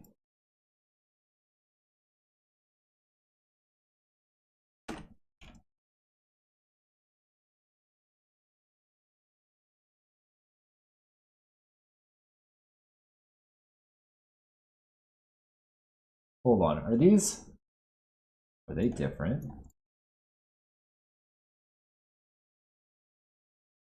No, they're the same. Okay.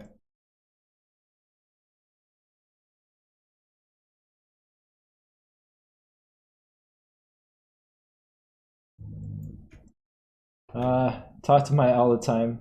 Her and my cat are BFFs. Yeah, I feel you.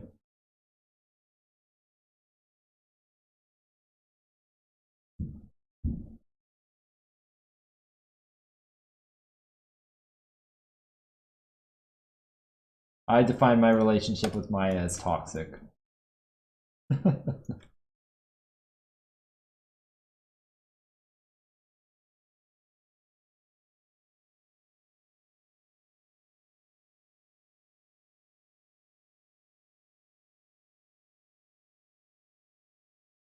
Yeah.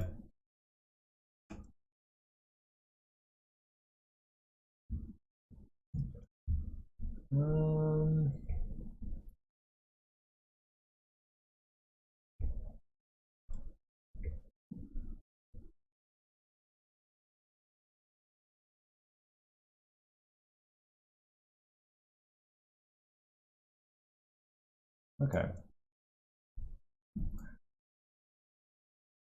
On a low poly, I'd probably accept this, but on a sculpt mesh, I would not.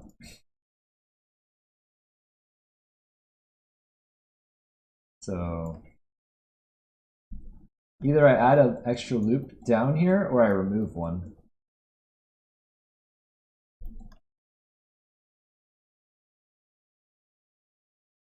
I'll probably add one.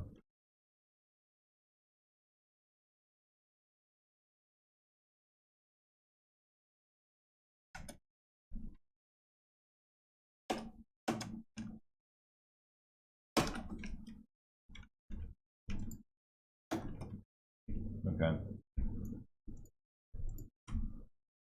I think I'm gonna have to force quit Maya too. Usually when it does this, the quit button doesn't work anymore. Has anyone else experienced that? Where it's just like you can no longer escape. It's just you have to force quit it because the X button just doesn't work. It's kind of funny actually. You thought you were gonna stop working? No. You have to wait till Maya crashes. I get that all the time. Yeah, it's funny.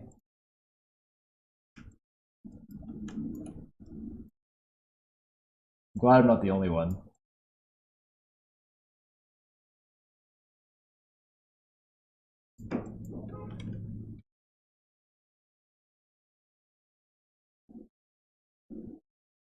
I think that looks pretty okay.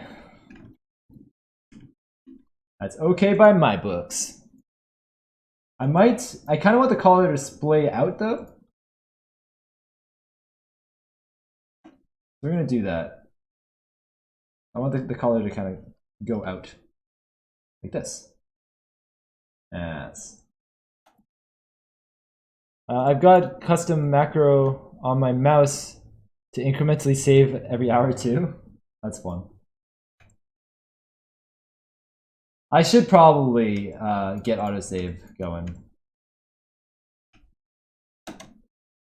I was always very against autosaving because like you just get a bunch of files. You know what I mean? But now I get more and more used to it. One thing that I wish about autosave is that like it wouldn't like it would do what ZBrush does and just creates just a handful of saves, right? And then it'll kind of cycle through them, as opposed to creating like hundreds of new ones. You know what I mean? Yeah.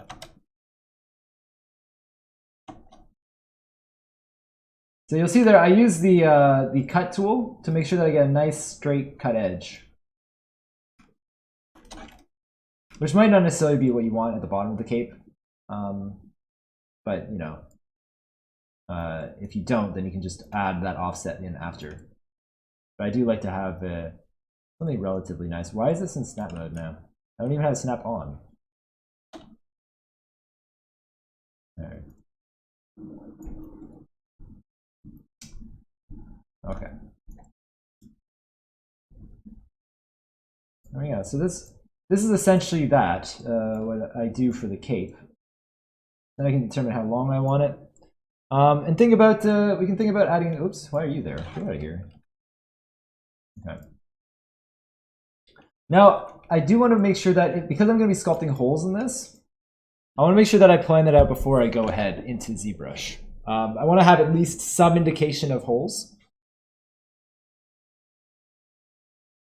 So if we look at the design of the cape here, we got this kind of tattered bottom, and I want to at least have some of that in there, and maybe like one hole up here, because in the front view I have a hole in there, even if I didn't draw it in the back. So I want to have one hole probably here, and then the tatters. And this is the symbol that was going to be on the medallion on her chest. Yeah, it's that same kind of plus shape.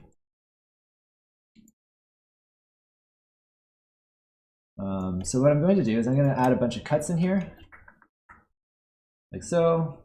You know, get enough that make it square, right? Make it relatively square. This is still rectangular, but it's, you know, pretty square. Also, this tool is not happy. There we go. Oh, this is a struggle, guys. I'm not gonna lie. Working with Maya in this state is not ideal.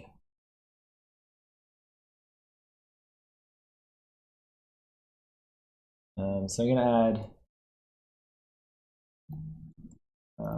I need to add an edge loop here too.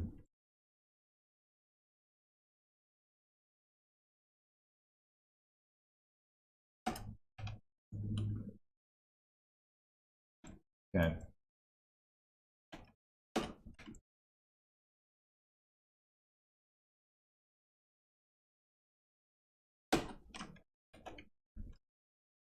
All right.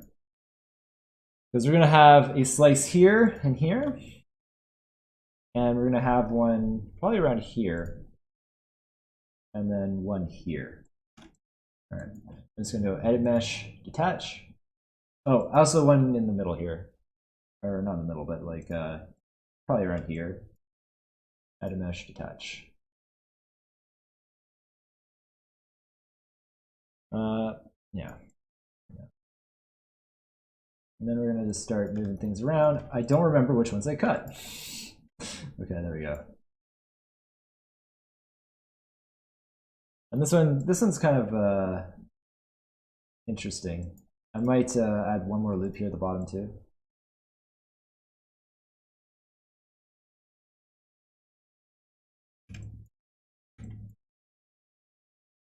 There we go. And it doesn't have to be perfect. Like this stuff I can maneuver in ZBrush too. It just needs to be enough that I can have something to work with. Because you don't want to be taking these polygons and yanking them upwards, because then you're just gonna end up with a mess. Right? So I'm good with this, even if it's not, you know, like this wouldn't be something that I would just subdivide normally, but because I'm sculpting on it, it's fine.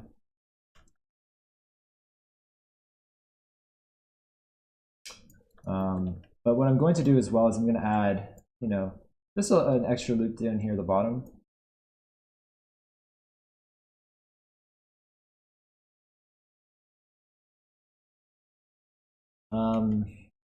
This one I'm actually going to make this kind of a more interesting shape. I might do this.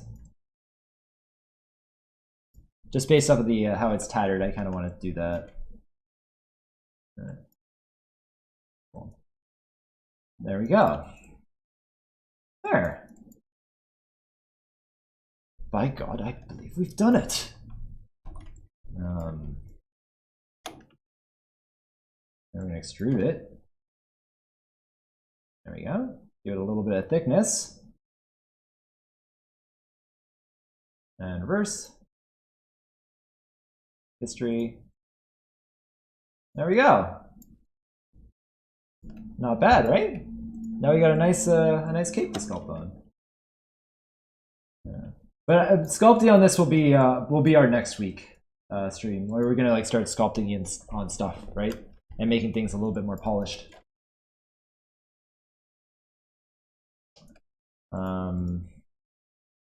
Yeah. That's another thing that's been a little bit challenging for the stream is like I have to, you know, hold off on things until next week. Because normally what I would do is I'd bring this in, sculpt a little bit earlier, right? As I start getting things in place. But yeah, I'll wait till next week. I don't know, I have a null node here. I don't like that I have a null node there. That's not ideal. Well, that came from somewhere anyway. There.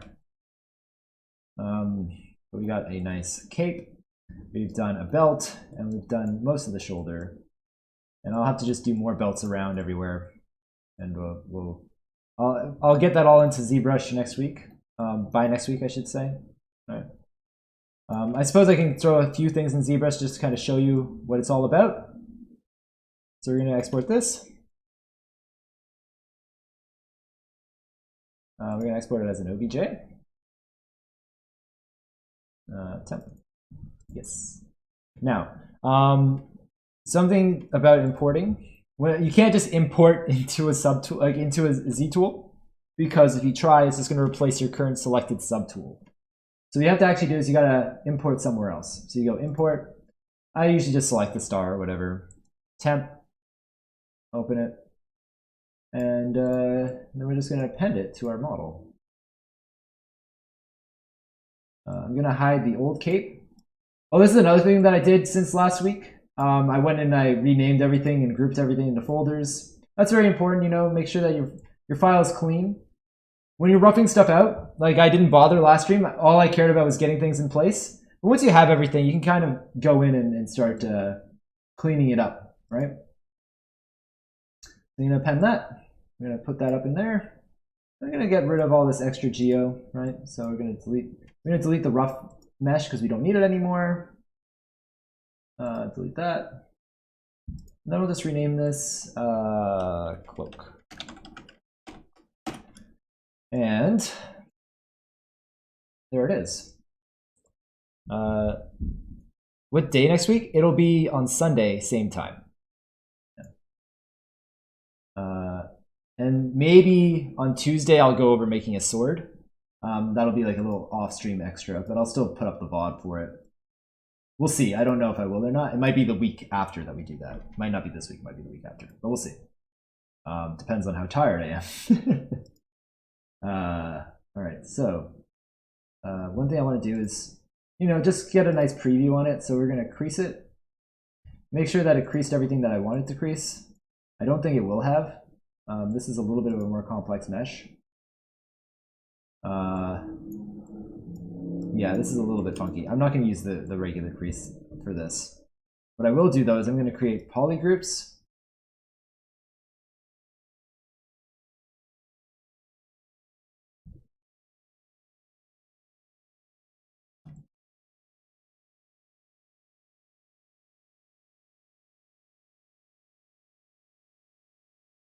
Okay.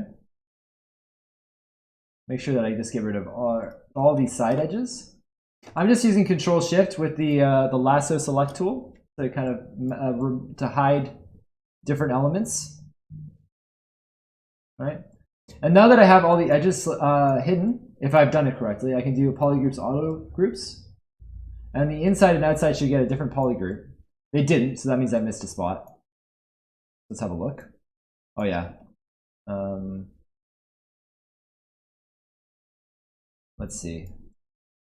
So there's somewhere where there's still polygons connected to the inside and outside.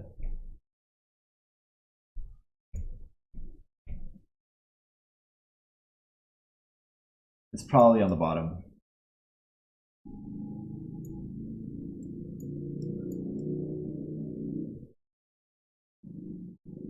I don't seem to see it though.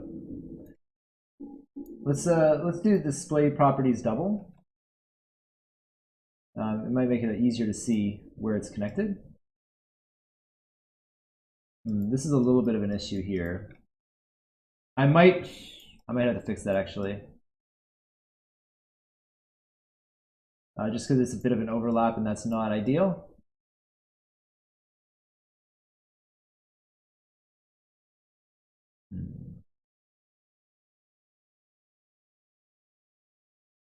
Yeah, sometimes it's, oh, there it is.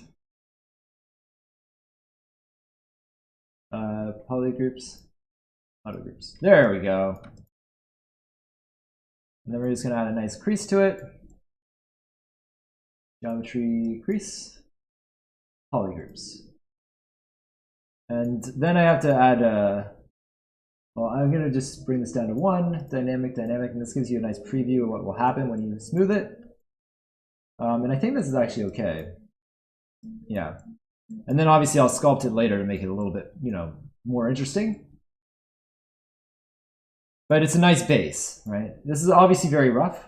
And when I will be spending a good amount of time sculpting it and making it nicer. But it gives it's better than, that rough sculpt mesh that we had.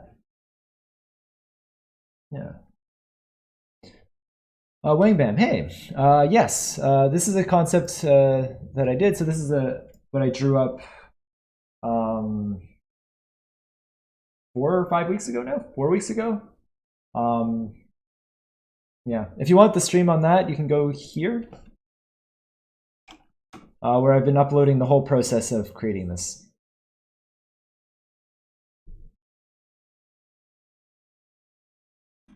No worries. All right. Okay, so what time is it now? It is 1:20. I could maybe quickly show you the process that I would go about this medallion for. Yeah, sure, why not? Okay. So what we're going to do is go here, here. We're going to import image plane, and we're going to find concept. There. Scale that up.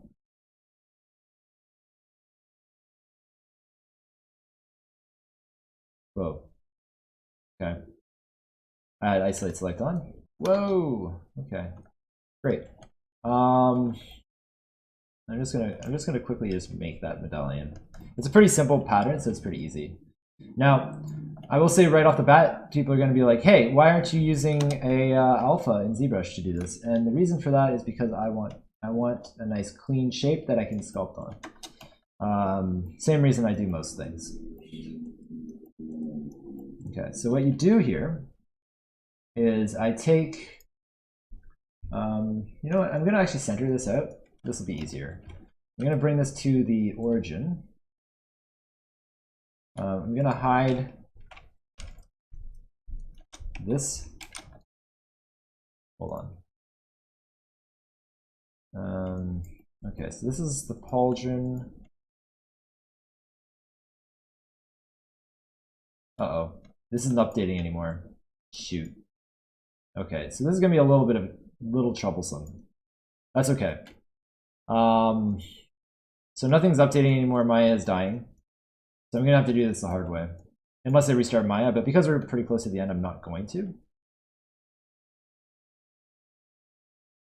Let's center that out. Okay. Evil Lion is now following. You're following. Welcome in, my friend. So I just want to get something, you know, relatively close. So I'm just going to do a quad draw. You know, get my basic shape in there.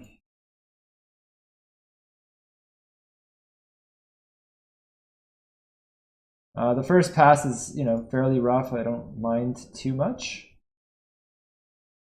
There we go. And this matters more if the pattern's more detailed. I probably could have done it without it, but I'm just showing you process, right? Without the image in the background, but you know, process is important. Process is important. There we go. And we're gonna just make a little piece on the top like that.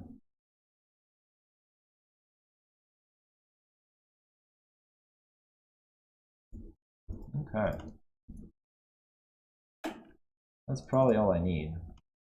Oh boy. Yeah, working like this is honestly very brutal. Where I can't see what I'm selecting until I move the cursor around. Alright, well, we're going to isolate select this now. I'm going to move all these faces over. Oops, turn off symmetry.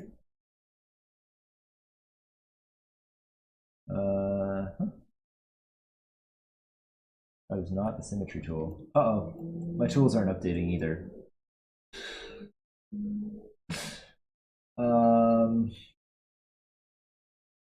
Shoot.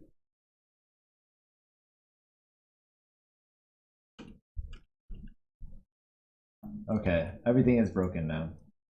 Alright, I have to restart Maya. There's no choice. I can't continue. Alright, so we're gonna restart Maya. I have to hide my screen for a second. Yeah, Maya's just dying. It's okay. I'm just gonna hide my screen for a second. Okay. Cool. I just don't want to accidentally open up work files. So let me just close that. I'm gonna have to force shut down Maya.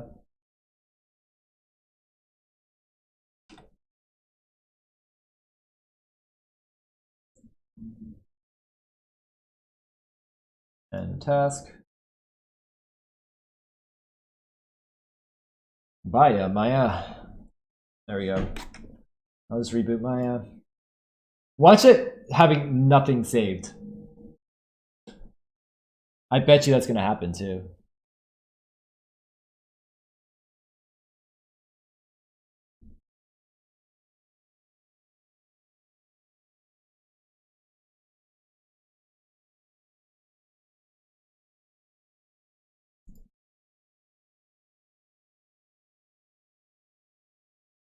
Sad trumpet noises. Womp womp. If nothing's saved, then I'm just going to be like, oh, that's it for today. It'd be okay. I could just do it again. It's saved. Wow, what a glorious day. All right, we can continue. All right, screen is back. I probably should have just done this right from the off, but hey. That's not how I roll. So now I'm just going to center this out, you know, rotate into place. So I get this kind of like really rough shape, right? Just if I had normally I could also in, you know, in Maya, if you have like a specific pattern or something in mind, you could probably just bring that in as an image plane, as opposed to the way I did it, where I was just kind of like going off the concept. Because yeah, often in the workplace you're gonna have like a cleaner drawing, right? I just didn't happen to have one in this case.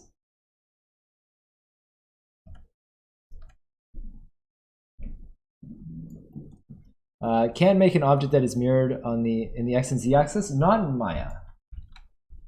I mean, yes. Like this object is the same on both, so yeah, I can do this, and actually I probably will. That's a good point. Because yeah, this is a tiled both direction thing. Good call. Good call.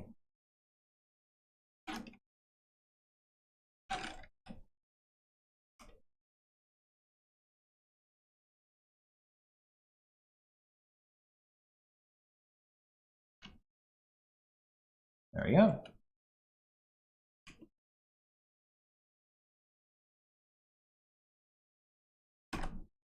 And we'll just clean that up a little.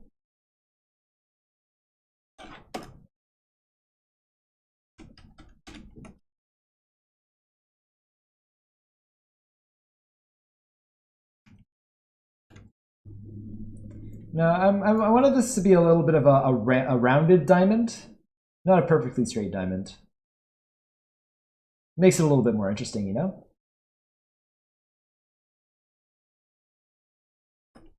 Objects like this medallion were great with that, yeah.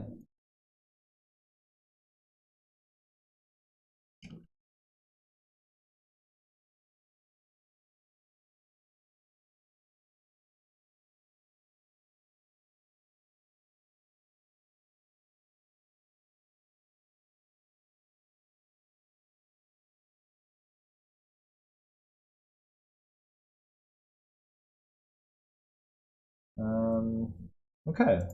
And I want to actually scale this in a little bit, make it a little bit more square. There we go. And now we're just going to duplicate. I don't know why this isn't perfectly on the thing. There we go. Duplicate that again. Oops. That's just, again, I'm just using duplicate special, but it's just a shortcut to make it so that it automatically mirrors it, right? And then we're going to go combine, merge, soften edge, history. And then we're going to select the icon. Well, actually, first we want to extrude the whole thing because it has depth, right? Right, we're going to just pull that out. And then what we're going to do is just select the pattern itself in the trim border and extrude that out. And then finally, we're going to just extrude the border on its own so that the pattern's inset a little bit.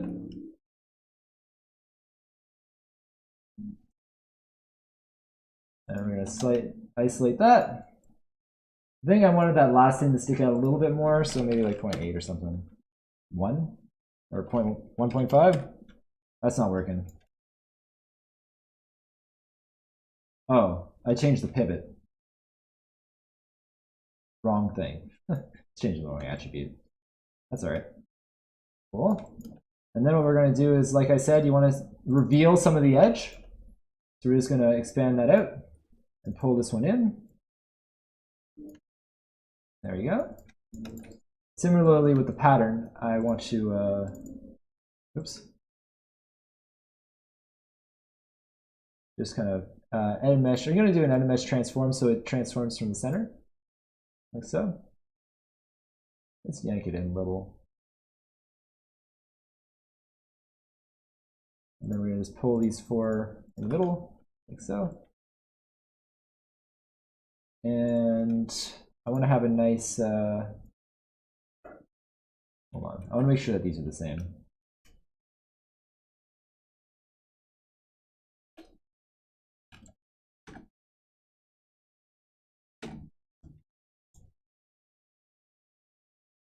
Okay.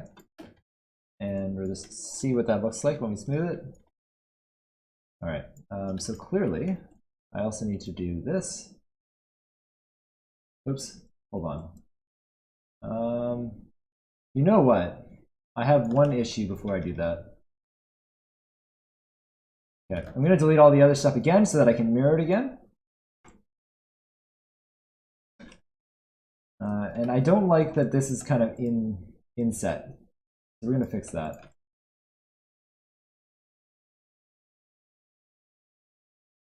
So, and now we can just go in here again, pull those back in. I want the top to be rounded, so I want only the lower edge to be in there. That.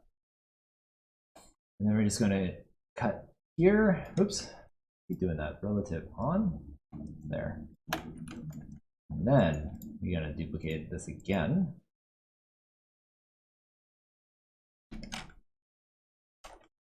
Okay. There we go. Combine, merge, soften edge, history. Save everything. Hit 3. For previewing, oh, it's pretty all right. I'm also going to increase. I'm going to add a little bit of a bevel here. So the interior here is like a big mess, but because this is just a high poly object and you're not really going to see this, I don't care. In the low poly, I'll make it cleaner. I'm not going to do that now. 'Tis a medallion, yeah. We did a thing. We did a thing, friends. Together, we did a thing. I want to have this have like a little bit of a sharper edge. I'm gonna do that. Ah, that's better. A little bit, you know, more medallion-y. Medallion-y. That's a word. That's a word.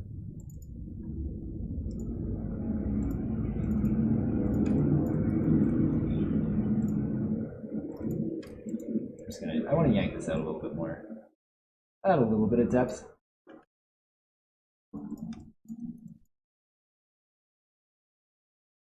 Cool.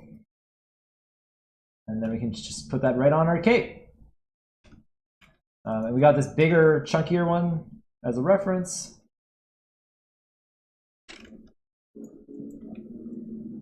gonna make it thicker. You know, kind of want it to be this chunkier piece. Maybe not quite that chunky.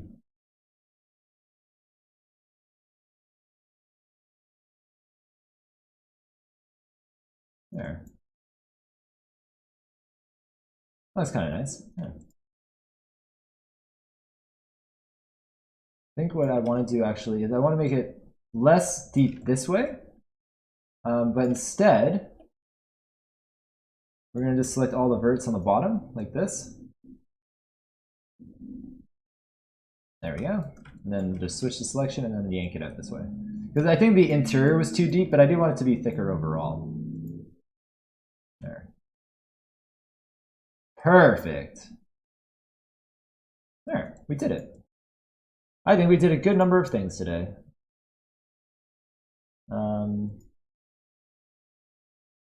Yeah. Now my file is a mess right now, clearly. But that's okay. Well, I'll clean it up off stream. It's not really important. There's a lot of empty transform nodes that we don't need.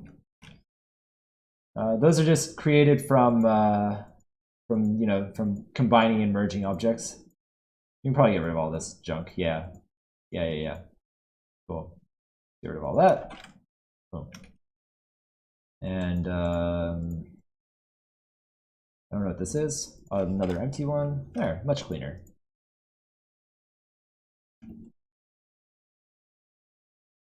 Alright guys, I think that'll about do it today. I was going to show you the belt, but beveling the edges and the process was exactly the same as what I did on the cape. I would just do the same thing on the belt.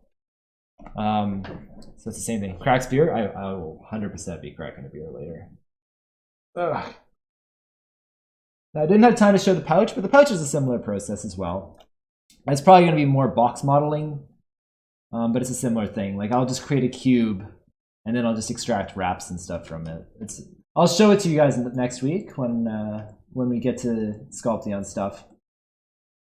But yeah. All right, so not a lot. I will say like, it doesn't look like we did a lot today, but you know, it's a lot of work. It takes time to do all this stuff. And I think I went over most of the processes and the thoughts and stuff. So I think that should be enough for you guys to keep going. Anyway, I'm going to end the recording here, and then we'll continue chatting for a little bit. So anyone watching the recording, I hope you enjoyed the VOD, and if you have any comments or questions, feel free to make them. And otherwise, until next week.